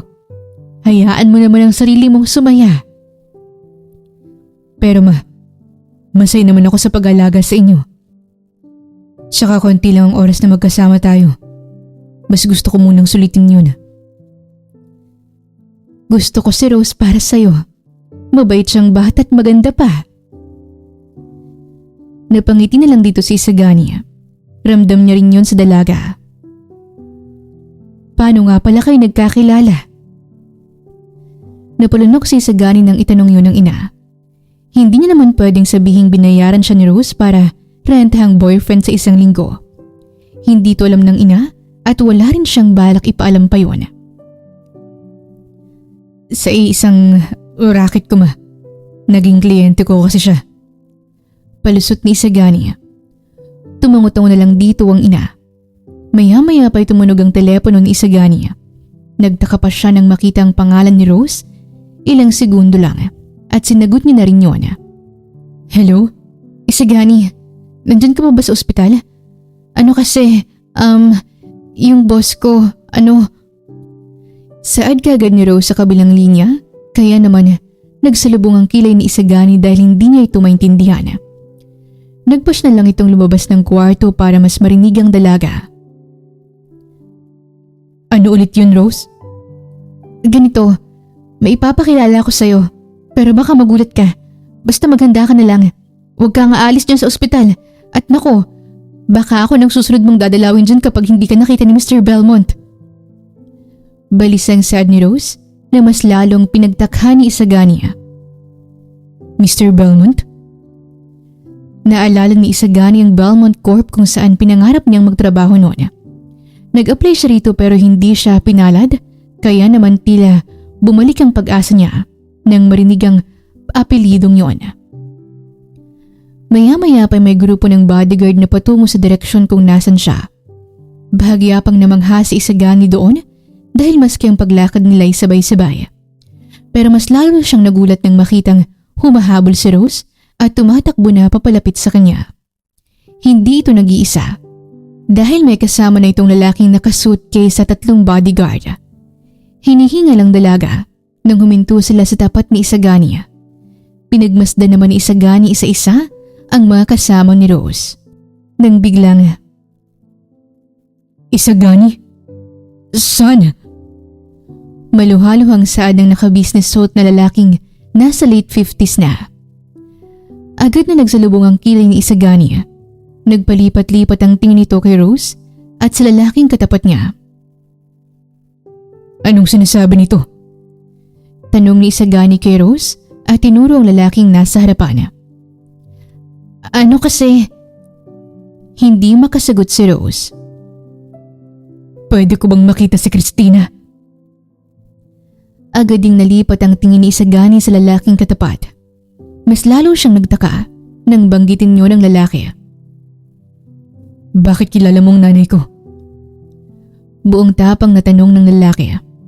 Naging matigas ang ekspresyon nito na tila ba pinoprotektahan niya ang ina mula sa masamang tao. So it's really you, Isagani. Ako ito, ang daddy mo. Anak ka namin ni Christina. Hindi alam ni Isagani kung anong i-react sa sinabing yun ng lalaking katapat. Sa gulat niya ay hindi nito alam ang gagawin. Hindi niya alam kung paniniwalaan ba nito ang lalaki, lalo pat kasama nito si Rose na pinagkakatiwalaan niya at sa tingin niya ay hindi basta-bastang magdadala ng ibang tao rito nang walang dahilan. Sa dami ng iniisip niya ay natagpuan niya na lang ang sarili sa loob ng kwarto ng ina kasama ng lalaking tumawag sa kanya bilang anak. Kahit ang ina nito ay hindi makapaniwala sa nakita. Halata ang pagkagulat sa kanya habang may makahulugang tingin kay Isagani. Bakit hindi ka nagsabi sa akin? Bakit hindi mo ko hiningan ng tulong? You know you can always count on me, Tina. Saad ni Mr. Belmont kay Christina. Hindi ko gustong istorbohin ka pa at baka malaman ni Margo. Malamig lang na saad ng babae, tsaka ito umiwas ng tingin. Ang tinutukoy nitong babae ay ang napangasawa ni Mr. Belmont pero hindi sila nagkaroon ng anak. Doon lang napagtanto ni Isagani ang lahat. Totoong siya nga ang anak ni Mr. Belmont at naipaliwanag sa kanya kung bakit kinailangang lumayo nilang mag-ina mula sa ama. Mabuti na lamang at hindi siya tinuruan ng ina upang magtanim ng sama ng loob. Kahit na nilihim ito ng ina sa kanya, ay napatawad niya rin ito dahil naintindihan niyang ina. Binigyan niya ang sariling magbigay ng puwang sa puso para sa ama nitong mahigit 30 taon niyang hindi nakasama. Kahit sa tagal na panahon na yun, ay totoo nga ang sinabi nilang lukso ng dugo dahil magaan ang pakiramdam niya rito na para bang may koneksyon sila sa isa't isa na hindi nakikita. Binigyan muna ni Isagani ng oras para makapag-usap ang ama at ina. Naalala niya kasing kailangan pa nilang bayaran ng hospital bill kaya dumiretso ito sa billing section. Billing po. Sabi niya, tsaka niabot ang sobre ng tseke. Tinanggap ng babae ang papeles. Nagtipa sa computer hanggang sa maya-maya'y tumaas ang tingin nito sa kanya. Sir, settled na po lahat ng charges. Napakunot ang noo ni Isagani. Ha? Hindi pa ako nagbabayad. Ngumiti ang babae. Paid in full na po. Kani-kanina lang, may nagbayad na. Parang may humigpit sa dibdib niya. Sino? Sandaling tumingin sa screen ng babae. Private individual po ang nakalagay. Check payment. Mas lalong naguluhan si Isagani sa sinabing yun ng babae. Hindi niya matanda ang nagbayad na siya kanina. Hawak-hawak pa nga nito ang tseke para sana ipambayad. Umalis siya sa billing office ng naguguluhan. Nang makabalik ito sa kwarto ng ina, ay nakangiting sumalubong sa kanyang ama. Son, just tell me all you need. Sa hospital bill ng mama mo, ako nang bahala. Hindi mo na kailangan magtrabaho pa ng kung ano-ano. Bibigyan kita ng mataas na posisyon sa kumpanya. Dahil soon ay mamanahin mo rin yun. Kunot noong tumingin si Isagani sa ama. Ikaw bang nagbayad ng hospital bill ni mama? Hindi pa, pero ako nang bahala doon. Huwag mo nang alalahanin yun. Pero bayad na. Mahinang saad niya dahilan para kumunot ang noo ni Mr. Belmont. Ha? Sinong nagbayad? Nagtinginan silang tatlo. Pare-parehong walang idea hanggang sa maya-maya lang ay tila may napagtanto ang ama nito. Isn't it Rose? Agad na napatingin ang binata sa ama. Doon nilang napagtanto na kanina pa nga wala si Rose doon. Ni hindi na nga ito nagpaalam. Hindi niya na rin napansin dahil sa dami nitong iniisip. I remember, binigyan ko siya ng cheque while on our way here. It was my award dahil siyang nakahanap sa inyo. Napaawang ang bibig ni Isagani sa sinabi ng ama. Naalala rin niya ang sinabi sa billing office na cheque payment din ang ginamit. Pero ngayon, ang palaisipan naman sa kanya ay kung bakit nagawa yun ni Rose. Ni wala man lang silang malalim na koneksyon, ni hindi nga sila totoong magkasintahan. At maikli lang ng panahon nilang nagkasama para gawin ni Rose yun sa kanya. Hindi na nagpalampas pa ng oras si Isagani at tinawagan nito ang dalaga. Pero hindi ito sumasagot. Ilang beses niya pang sinubukan pero wala talaga hanggang siya na lang ang sumuko. Nang nasa labas nito ng ospital, ay napatingala na lang ito sa langit.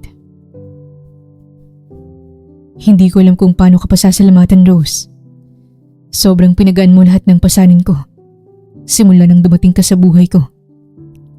Banggit ni Isagani habang sa langit ito nakatingin. Hinihiling na sana ay nakatanaw din doon si Rose. Lumipas ang isang linggo at taas noong pumasok si Rose sa office ni Mr. Belmont. Hindi ito naka-corporate attire. Simpleng shirt at muong pants lang ang suot niya habang hawak ang papel na naglalaman ng resignation letter. Agad namang nanlaki ang mga mata ng boss nito nang mabasa yon. Why all of a sudden, Rose? Ngumiti lang ang dalaga. Sapat na po ang ipon ko, sir, para makapag-travel. Naisip ko kasing i-spoil muna ang sarili ko. Mahalin ko muna ang sarili ko at i-enjoy ang pagkadalaga. Napabuntong hininga roon si Mr. Belmont. Kung yan ang gusto mo, hindi naman kita mapipilit. Nangihinayang lang ako dahil ilang taon ka na ring empleyado rito at tiwala na talaga ako sa'yo.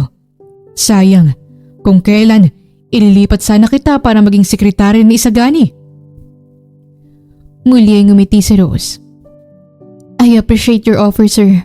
Pero sarili ko na lang po muna ang pipiliin ko. Matapos noon ay malakas na bumuntong hininga si Rose. Sa isang linggong lumipas na wala itong kontak kay Isagani, ay marami siyang napagtanto at natutunan. Hindi niya kailangang humingi o magmakaawa ng pagmamahal mula sa iba. Dahil ang pagmamahal pa lang dapat nito sa sarili ay sapat na. Hindi ka rin matututunang mahalin ng iba kung ang sarili mo mismo ay hindi mo kayang mahalin. Unahin palagi ang sarili para maging karespeto ka sa kapwa. Pero inaamin niya, ilang araw niya ring iniyakan at tiniis na hindi kausapin si Isagani. Ayaw nitong makaapektong lalaki sa gusto niyang gawin lalo pat naging malambot na ang puso ni Rose kay Isagani. Baka bigla nilang magbagong isip nito kung sakaling magkita pa sila. Kaya naman, sinunod ni Rose kung ano talaga ang gusto niya. Nag-travel ito sa iba't ibang parte ng Pilipinas, pati na rin sa ibang bansa. Natutunan niyang mabuhay ng mag-isa, kaya naman hindi siya pwedeng basta-basta lang saktan ng kung sino. Nalibot na nga nito ang halos sa buong mundo at may mga foreigner na nagtatangkang makipagkaibigan sa kanya. Doon niya na-realize na may appeal pa rin siya sa mga tao. Mas naging blooming nga lang siya ngayon dahil hindi na ito basta-basta nag-iisip ng negative about sa kanya at hindi na rin siya naiinggit kapag nakakakita ng couple sa daan. "O ano girl, sanglupalop ka na naman ng mundo?" Tanong ng kaibigan nitong si Grace habang nasa video call sila. Natawa si Rose. "Eto, nasa ere." "Nax, hindi na iniwan sa ere yung peg. Siya na kasi ang nangiiwan sa ere." Makahulog ang sad ng kaibigan dahilan para muling matawa si Rose. "Alam mo ba, sikat na sikat ang Belmont Corp dito. Ang laki na rin ng pinagbago ng kumpanya. Naging bigatan simula nung naging CEO si... Ay, baka may maalala ka." Putol din ni Grace sa sasabihin. Pabirong umirap si Rose sa kaibigan. "Oo, alam ko." Kahit nasa ibang bansa hindi lingid sa kalaman ni Rose, napatuloy umaangat ang Belmont Corp at yun ay dahil sa pagiging CEO ni Isagani. Tahimik lang niyang sinusuportahan ng binata pati ng kumpanya kahit na nasa ibang bansa ito. "Wow, updated si bakla. Kailan ka ba uuwi? 1 taon ka ng pag-alagala. Hindi mo ba namimiss si Mr. Belmont?" "Namimiss syempre, pauwi na nga ako eh." Malakas na tumawa si Grace. "Si Mr. Belmont 2.0 ang tinutukoy ko ah. Miss mo talaga siya?" Hindi sumagot si Rose. Nakangiti lang ito sa kaibigan, kaya naman muli siyang tumawa. Kilalang kilala na talaga nila ang isa't isa. "So, anong balak mo? Hindi ka na bababalik sa company?" "Hindi na. Magbibusiness na lang ako." Kawawa naman si Mr. Belmont. Lonely pa rin. Napailing na lang doon si Rose. Sa isip niya imposible namang maging lonely si Isagani lalo pat sa estado niya ngayon. Maraming aaligid sa kanya. Gwapo na nga siya noong nakasimpleng damitan lang. Paano pa kaya ngayong yayamanin na ito? Lumipas ang ilan pang mga linggo at nagtayo ng small business si Rose. Mahilig din kasi siyang mag-bake kaya gumagawa ito ng mga customized cake at pinupost sa social media. Sunod-sunod ang nagiging order ng cake niya kaya naman natutuwa siya. Dahil nakikita nitong kahit nagsisimula pa lamang ay may kinikitang small business niya. Hanggang sa nagaring ang telepono nito, masigla niya itong binati habang abot langit pa ang ngiti. "Hello? Rose's Cake speaking." Nakangiting bati ni Rose, pero hindi sumagot ang nasa kabilang linya. Bahagya pang sinulipan ni Rose pero hindi naman ito pinatay ang linya. "Hello?" Muling sad niya. "Rose, kumusta?" Nang marinig ang boses na yun sa kabilang linya, ay biglang bumilis ang tibok ng puso ng dalaga. Sa boses pa lang, ay kilalang kilala niya na ito. "Isagani? Pwede ba kitang makita?" Kabado si Rose habang paparating sa restaurant kung saan nila balak magkita. Daig pa nilang mag-ex kung kabahan siya ngayon dahil hindi nito alam kung paano haharapin ang binata.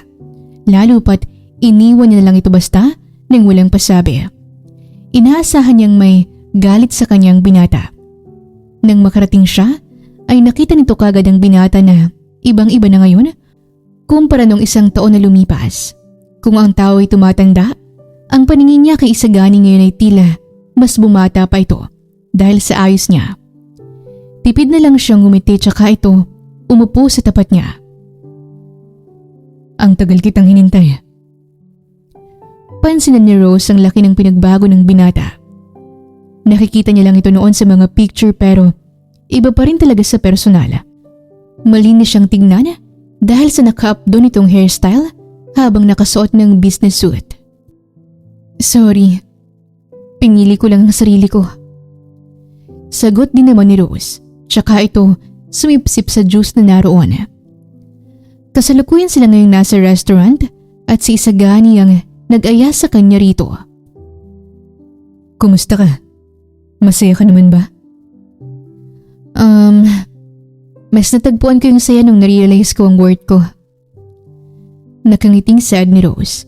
Hindi peke dahil totoo ang sinabi niya. Napangiti rin si Isagani dahil doon. Ikaw, kamusta ka? Okay na. Okay na? Bakit? Hindi ka ba okay kanina? Mahinang natawa ng lalaki, tsaka napapailing. What I mean is, okay na. Kasi nandito ka na. Nakangiting sad ng lalaki. Hindi alam ni Rose kung anong i-react nito. Namamawis din ang kamay niya dahil sa hiya at baka mabasa ni Isagani ang nasa utak niya. Ramdam niya ang awkward sa pagitan nilang dalawa. Isang taon ba namang walang komunikasyon at ngayon ay bigla na lang nag-ayang lumabas itong si Isagani. Hindi pa nga ready si Rose dahil hindi niya pa planong makipagkita sana kay Isagani. Pero dahil mapilit ang lalaki, ay pinagbigyan niya lang ito. Mabuti naman at hindi ka na naiinggit sa mga couple. Hindi na no? Narealize kong mas masaya palang maging single. Nagagawa ko lahat ng gusto ko at walang kumukontrol. Kaya lang, parang nabaliktad tayo. Ewan ko ba? Ako naman tong nangihinayang na pinakawalan pa kita. Kumunot ang noo ni Rose sa sinabing yun ni Isagani. Nagkaroon pa sila ng konting kwentuhan hanggang sa maya-maya nag-aya na si Rose na umuwi. Pero bago pa man ito humiwalay ng landas, ay hinawakan ni Isagani ang braso niya. Rose, alam ko mabilis ako ngayon. Pero ang tagal talaga kitang hinintay eh. Panimula ni Isagani kaya naman kumunot ang noo ni Rose. Hinintay niya lang ang susunod na sasabihin ni Isagani. Wala na tong involved na iba kundi feelings na talaga. Hindi na for hire. Hindi na for roleplay. Gusto ko yung totohanan na. Yung hindi pilit. Kaya Rose, pwede ba kitang ligawan? Hindi alam ni Rose kung anong isasagot. Nanlalaki ang mga mata niya at nakatitig lamang ito kay Isagani. Hindi niya rin alam kung anong mararamdaman, lalo pat makalipas ang isang taon ay ngayon lang ulit sila nagkita. Pero hindi kita minamadali. Nasa iyo pa rin naman ang desisyon. Agad na napaiwas ng tingin si Rose. Makailang beses din itong lumunok at hindi niya may tatangging kinikilig siya sa bagong versyon ng Isagani ngayon. Ito na ang nagpe-first move. Ito na ang dumidiskarte. Hindi na siya mahihain at torpe tulad ng dati. Pwedeng wait lang. Text ko na lang sa iyo yung sagot. Tanging side niya lang, tsaka ito tuluyang umalis. Kahit nalatadong may gusto rin si Rose kay Isagani ay nagpakipot muna ito ng konti. Siyempre gusto niya pa rin yung sinusuyo siya hanggang sa makuhang matamis niyang oo. Kahit na mabilis si Isagani ay tatapatan niya yon ng pagiging magandang dilag niya. Pero hindi niya may tatanggi. Kakaibang nararamdaman niya ngayon. Para bang kahit na nagkaroon sila ng nakaraan na pilit, ay ngayon ay magaan lang ang nagiging usad. Ngayon niya lang na-realize na masaya palang magmahal ng hindi pilit. Yung talagang ginusto niya talaga at genuine kayo sa isa't isa. At talagang ang tinext pa ni Rose ang sagot. Pinayagan niyang manligaw sa kanya si Isagani. Kakasend lamang nga nito ng message ay pagulang-gulong na kagad ito sa kama niya. Ayaw niya kasing ipakita ang kilig nito kay Isagani. Binuksan niya pa ang cellphone at pinagmasdan doon ang picture ni Isagani. Bakit kasi ngayon mo lang ako niligawan? Tarentahin na ako pero para tuloy akong teenager kong kiligin. Sad ni Rose sa sarili. Tsaka nito binabasa dibdib ang phone. Nakatitig lamang siya sa kisame habang inaalala ang mukha ng lalaki. Malaki man na naging pagbabago sa pisikal na anyo ni Isagani pero ang ugali nito ay ganun pa rin. Mas nagkaroon ng otoridad si Isagani ngayon samantalang kay Rose ay halos walang nagbago. Nahihiya tuloy itong tumabi sa lalaki dahil nagmumukha siyang katulong lang ni Isagani. Lumipas ang ilan pang mga araw at nagpatuloy na sa panliligaw si Isagani. Nalaman din ni Rose na wala na pala ang nanay nito. Kaya naman binigyan niya ng pakikiramay ang binata. Pero hindi na masyadong nasaktan doon si Isagani dahil napaghandaan niya na ito noon. Nasulit niya naman ang oras nilang mag-ina at wala siyang pagsisisi na inuna niya ang inabago ang lahat. Kaya ngayon panahon na rin para sa kanya na unahin din ang sarili. Sino naman yung babaeng kasama ni Isagani? Rinig ni Rose na bulungan ng mga tsismosa. Isang araw nang ayain siya ni Isagani na pumunta sa park. Alam niyang naririnig din yun ni Isagani. Ewan, palagi nga raw silang magkasama.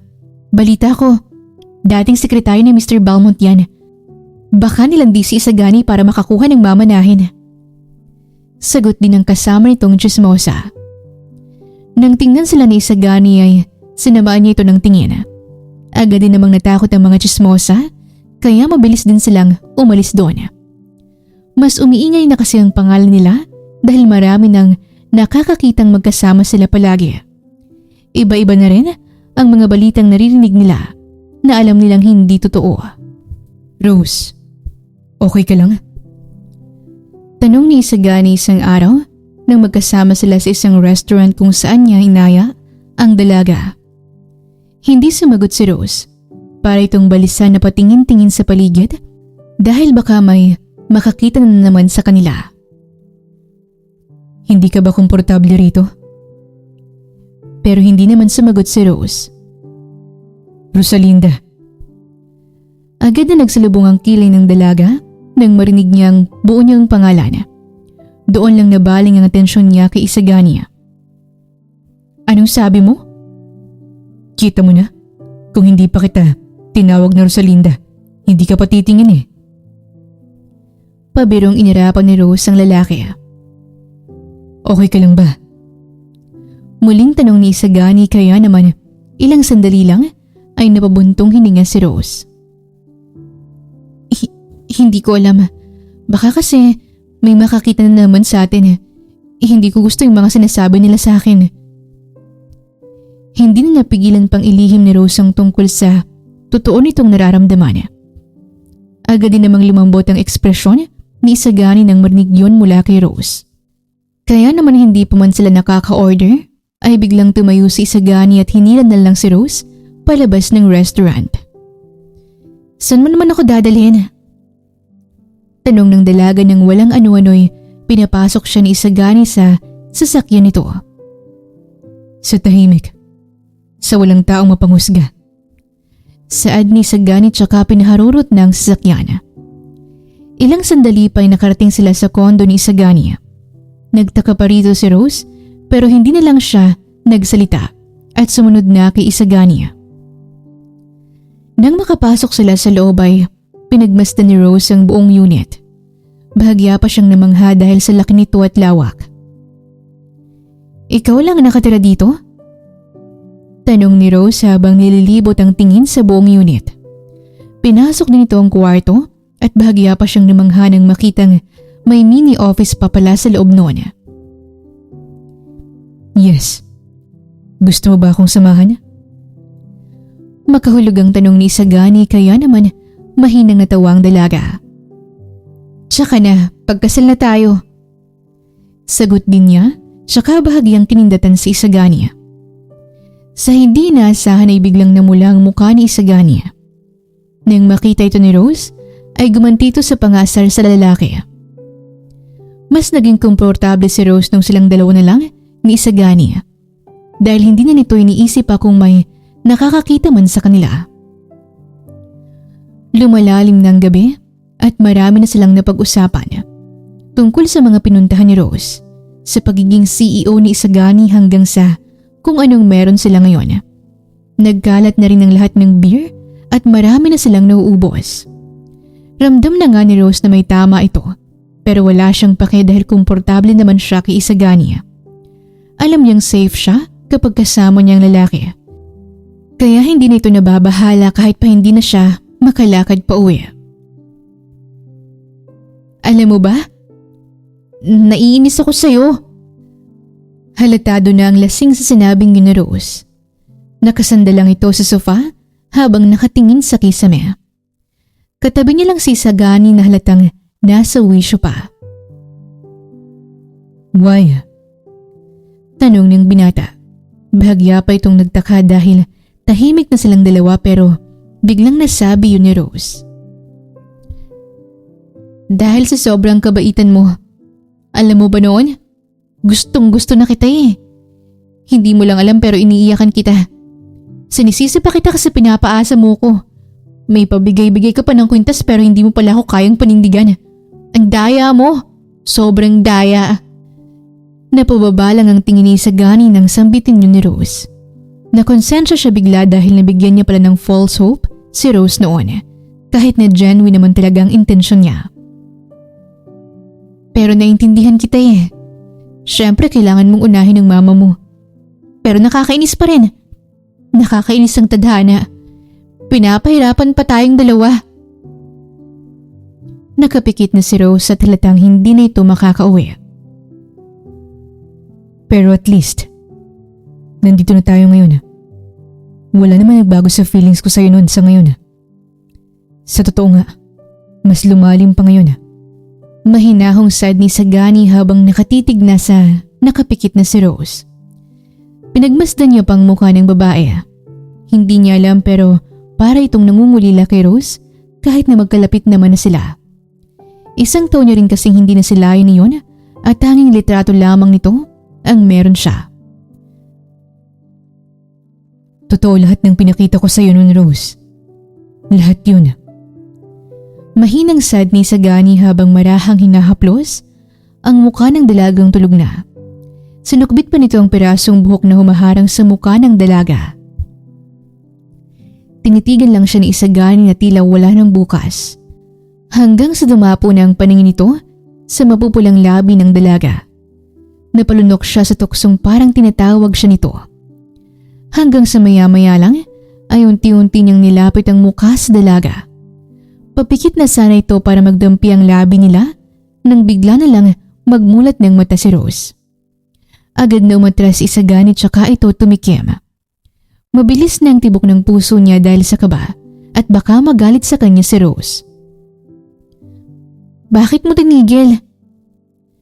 Tanong ni Rose dahilan para mapatingin sa kanyang binata. Ha? Hanggang ngayon ba turape ka pa rin? Kaya tayo nagtatagal eh. Sarkastikong sad ni Rose dahilan para tila magpantig ang tenga ni Sagani. Muli ay nilapit ng lalaki ang mukha nito kay Rose. Hinahamon mo ba ako ha, Rosalinda? Naniningkit ang matang tanong ni Sagani habang magkalapit ngayon ang mga mukha nila.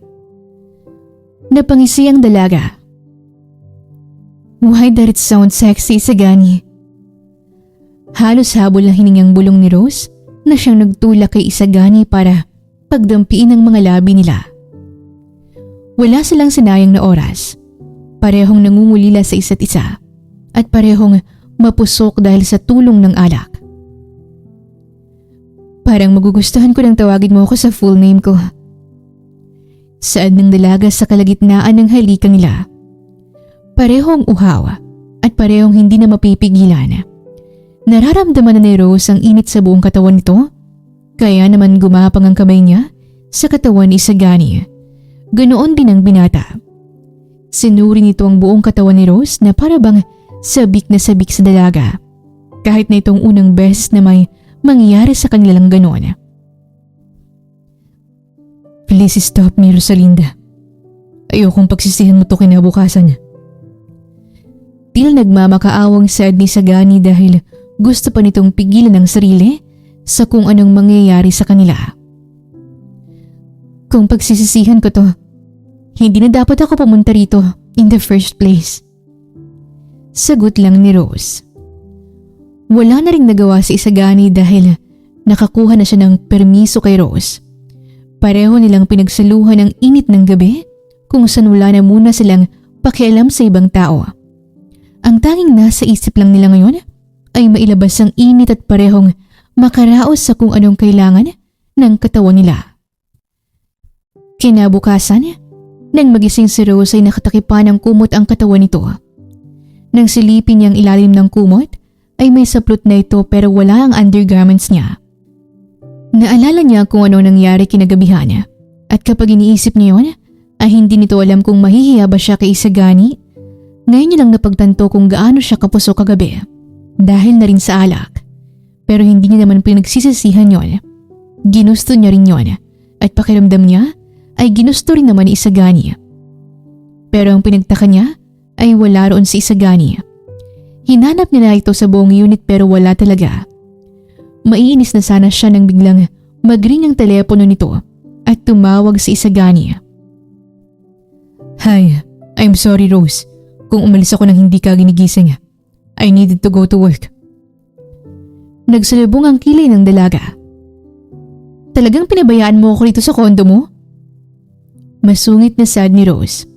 Nakaramdam din ito ng pagkainis dahil iniwan na lang siya basta ni Isagani doon nang walang pasabi. Ang sarap kasi ng tulog mo, kaya hindi na kita ginising. Anyway, I want you to watch the news later. May press con ako. Saad ni Isagani na kinunutan ng noo ni Rose. So, anong kunag niyan sa pag-iwan mo sa akin dito? Basta, manood ka. Please baby.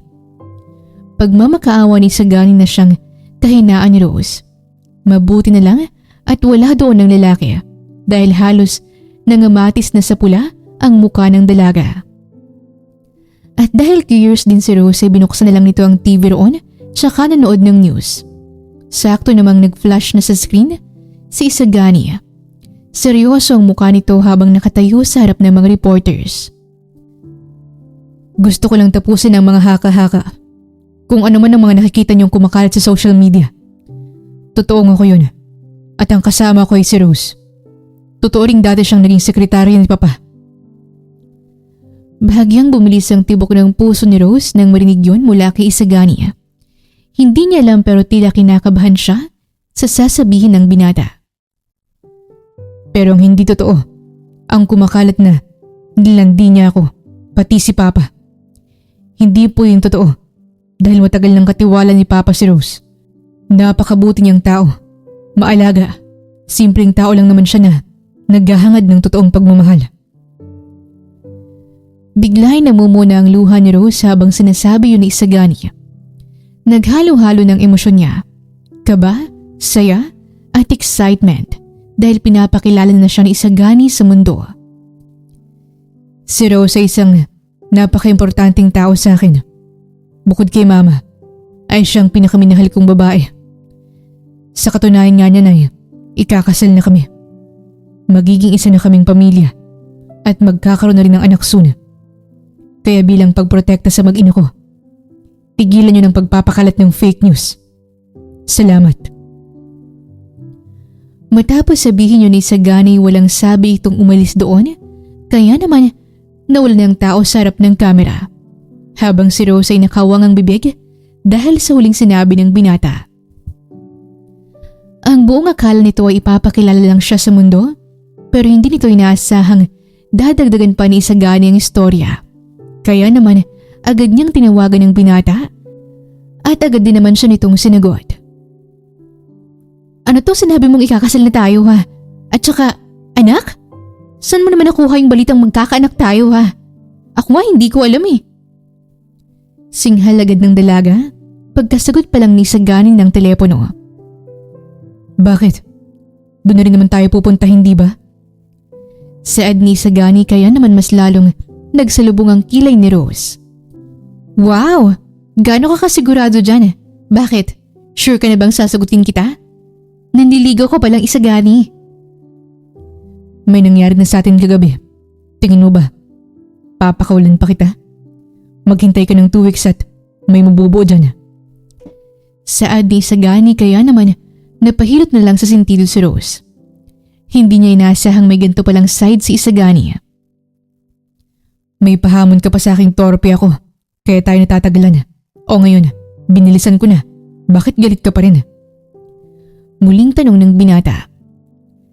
Napailing na lang si Rose at biglang binaba ang tawag. Hindi niya na gustong marinig pa ang katwiran ng binata. Pero sa kabilang banda, ay may point din naman si Isagani dahil wala silang ginamit na proteksyon kagabi. Nasaktuhan pang ovulation ni Rose kaya naman malaki ang chance na makabuo talaga sila. Napakamot na lang ito ng mariin sa buhok habang iniisip kung paano ipapaliwanag kay Mr. Belmont ang mga sinabi ni Isagani. Baka kasi bang isipin nito, lalo pa at anak niya si Isagani. Hindi niya gustong magalit sa kanya ito. Hanggang sa maya-maya pa ay nagring muli ang telepono nito. Muling tumawag si Isagani. Ano? Masungit na tanong ng dalaga. Umiyak pa ito na animoy makikita yun ni Isagani. We have a dinner later with Dad. Magluto ka. Wait, magluto? Yes. Diyan tayo sa kondo kakain. Galingan mo. Good luck. Hindi pa man nakakasagot si Rose, ay pinatay na agad ni Isagani ang tawag. Ba't ibang klase ka palang manligaw Parang ako pa tong manliligaw mo. Hindi makapaniwalang saad ni Rose habang nakatingin sa phone itong nakapatay na akala mo'y maririnig pa ni Isagani. Pero sa kabilang banda ay napalunok si Rose. Kasasabi nga lang nito na nahihiya siya kay Mr. Belmont pero ngayon ay lulutuan niya pa ito ng pagkain. Wala rin siyang nagawa kaya naman naghanda na lang ito para sa dinner. Daig pa nilang mag-asawa at talagang gano'n na lang kung ituring ni Isagani si Rose. Umuwi lang si Rose para maligo at magbihis at paggabi na nang makabalik ito sa kondo ni Isagani. Ewan ko ba kung bakit sinusunod ko yung lalaking yan. Siya tong naliligaw pero parang ako pa tong nahihirapan. Kausap ni Rose sa sarili habang nagluluto ng hapunan. Naghanda siya ng adobong atay ng manok at chapsuy na parehong paborito ni Isagani. Paano kaya kung hindi ko siya sagutin? May magagawa pa kaya siya? Patuloy niyang pag-uusap sa sarili, tsaka tinaktak ang sandok sa pan nang matapos na itong mailuto ang chapsuy. Nakakainis, Rose. Di ba dapat nagpapakipot ka pa? Bakit kasi hindi mo siya matanggihan? Dinuro pa ni Rose ang dingding gamit ang sandok habang halata na ang pagkagigil nito sa kawali. Sino? Ay palaka ka. Gulat na sambit ni Rose nang marinig mula sa likod ang boses ni Isagani. Nang lingunin niya ito, ay nakangisi ito sa kanya habang sumunod naman doon ang ama, kaya naman ang kaninang busangot na mukha ni Rose ay napalitan ngayon ng maamo at pilit siyang ngumiti. Good evening, Mr. Belmont. Bati ni Rose sa dating amo at palihim na inirapan naman si Isagani. It's been a while, Rose. Kaya ako nagpunta rito para makita ka. How are you? Tanong ni Mr. Belmont tsaka ito naupo sa mesa. Okay naman po. How about with my son? Are you okay with him? Opo naman sir. Okay na okay po kami. Pilit ng ngiting sad ni Rose tsaka pinandilatan ng mata si Isagani na nakangisi lang. Kinuha ni Rose ang tubig na nasa tabi niya lang tsaka ito ininom. Dahil sa kaba ng iba pang itatanong ni Mr. Belmont tungkol pa sa kanila. Good. So wala naman tayong magiging problema pagdating sa kasal. Agading naibugan ni Rose ang iniinom nitong tubig nang marinig yun. Pati si Mr. Belmont at Isagani ay nagulat kaya naman agad siyang nilapitan ng binata tsaka hinagod ang likod nito. Kasal? Anong kasal? Hindi pa po kami ikakasal, sir. Pagtanggi ni Rose, tsaka si Nico ang katabi nito na nagpipigil ng tawa. Pero doon na rin pupunta yun, hindi ba? I heard he's courting you. Nagpalipat-lipat ang tingin ni Rose kay Isagani at sa ama nito. Humihingi siya ng tulong sa binata dahil hindi na nito kayang magsalita sa kaba. Yes, Dad. Proud na sad ni Isagani, tsaka nito kinindatan si Rose. Umirap lang ang dalaga. Huwag na kayong magsayang pa ng oras. Hindi na kayo bumabata. Wala na nga sa kalendaryo yung edad nyo. So better get married and have a family. Suwestyon ni Mr. Belmont. Nagkatinginan si Rose at Isagani. Narinig mo yun? Tsaka hindi natin pwedeng palagpasin na nangyari kagabi. Kailangan mo akong panindigan. Saad ni Isagani kaya naman napangiwi si Rose dito. Wow parang ang laki ng mawawala sa'yo Isagani. Ako yata tong babae to kung dapat mong panindigan. Sagot naman ni Rose at sinamaan ang tingin si Isagani. Of course I will. Ikaw lang naman ang hinihintay ko. Biglang naging seryoso ang emosyon ni Isagani kaya naman bahagyang napalunok si Rose. Umiwas na lang ito ng tingin dahil hindi niya kayang tapatan ang titig ni Isagani. Iniba na lang ni Rose ang usapan hanggang sa nagsimula na silang maghapunan. Hindi rin nagtagal doon si Mr. Belmont dahil umalis na nito kaagad. Kahit si Rose ay aalis na rin sana pero biglang nagsalita si Isagani. Rose, gusto ko lang i-remind sa'yo na seryoso ko sa lahat ng sinabi ko. Lahat ng kinikilos ko ngayon para sa'yo. Papanindigan ko. Hindi naman kagad nakasagot doon si Rose. Natahimik lang ito sa pagkagulat. Kaya kita hinintay. Kasi ko talagang gusto kong pakasalan. Lihim na napangiti roon si Rose. Nababahala rin ito na baka nahalata ni Isagani ang pamumula ng mukha niya. Hindi naman lain ng dalaga na napaluhan na pala ito. Pakiramdam niya kasi para siyang nakalutang sa ulap dahil sa sobrang ganang pakiramdam. Nasisihan siyang malaman na may isang tao pa rin palang gusto siyang makasama at pakasalan. Nasamantalang dati pakiramdam niya, sinumpa siya ng mundo. Pero ngayon ay bawing-bawi dahil mabait pa ang taong napunta sa kanya. Hindi rin nagtagal ay kinasal sila sa simbahan. Nagbunga rin kasi ang nangyari sa kanila ng isang gabi kaya napagdesisyonan na rin nilang bumuo ng pamilya, lalo pa at hindi na nga sila bumabata. Masaya si Rose dahil natupad din ang pangarap niya. Napatunayan niyang God's timing is the perfect time nga talaga. Minsan, kahit gustong-gusto natin ng isang bagay, hindi ito agad binibigay ng Panginoon. Parang prutas lang. Kailangan nating hintaying mahinog bago makuha para mas masarap at mas matamis. Ganoon din ang kay Rose at Isagani. Kinailangan muna nilang i-improve ang isa't isa, kaya nang muli silang magkita, ay nasa mas magandang version na sila ng sarili nila. Isang patunay na kung para sa'yo nga talagang isang bagay, ibibigay ito sa'yo sa pinakamagandang panahon. Totoo ngang, what's meant for you will definitely find you. Wakas! Maraming salamat po sa inyong pakikinig. Sana'y nagustuhan niyo ang kwentong pag-ibig ni Isagani at Rose. Sana'y naghatid sa inyo ang kwentong ito ng aral, pagmamahal at inspirasyon.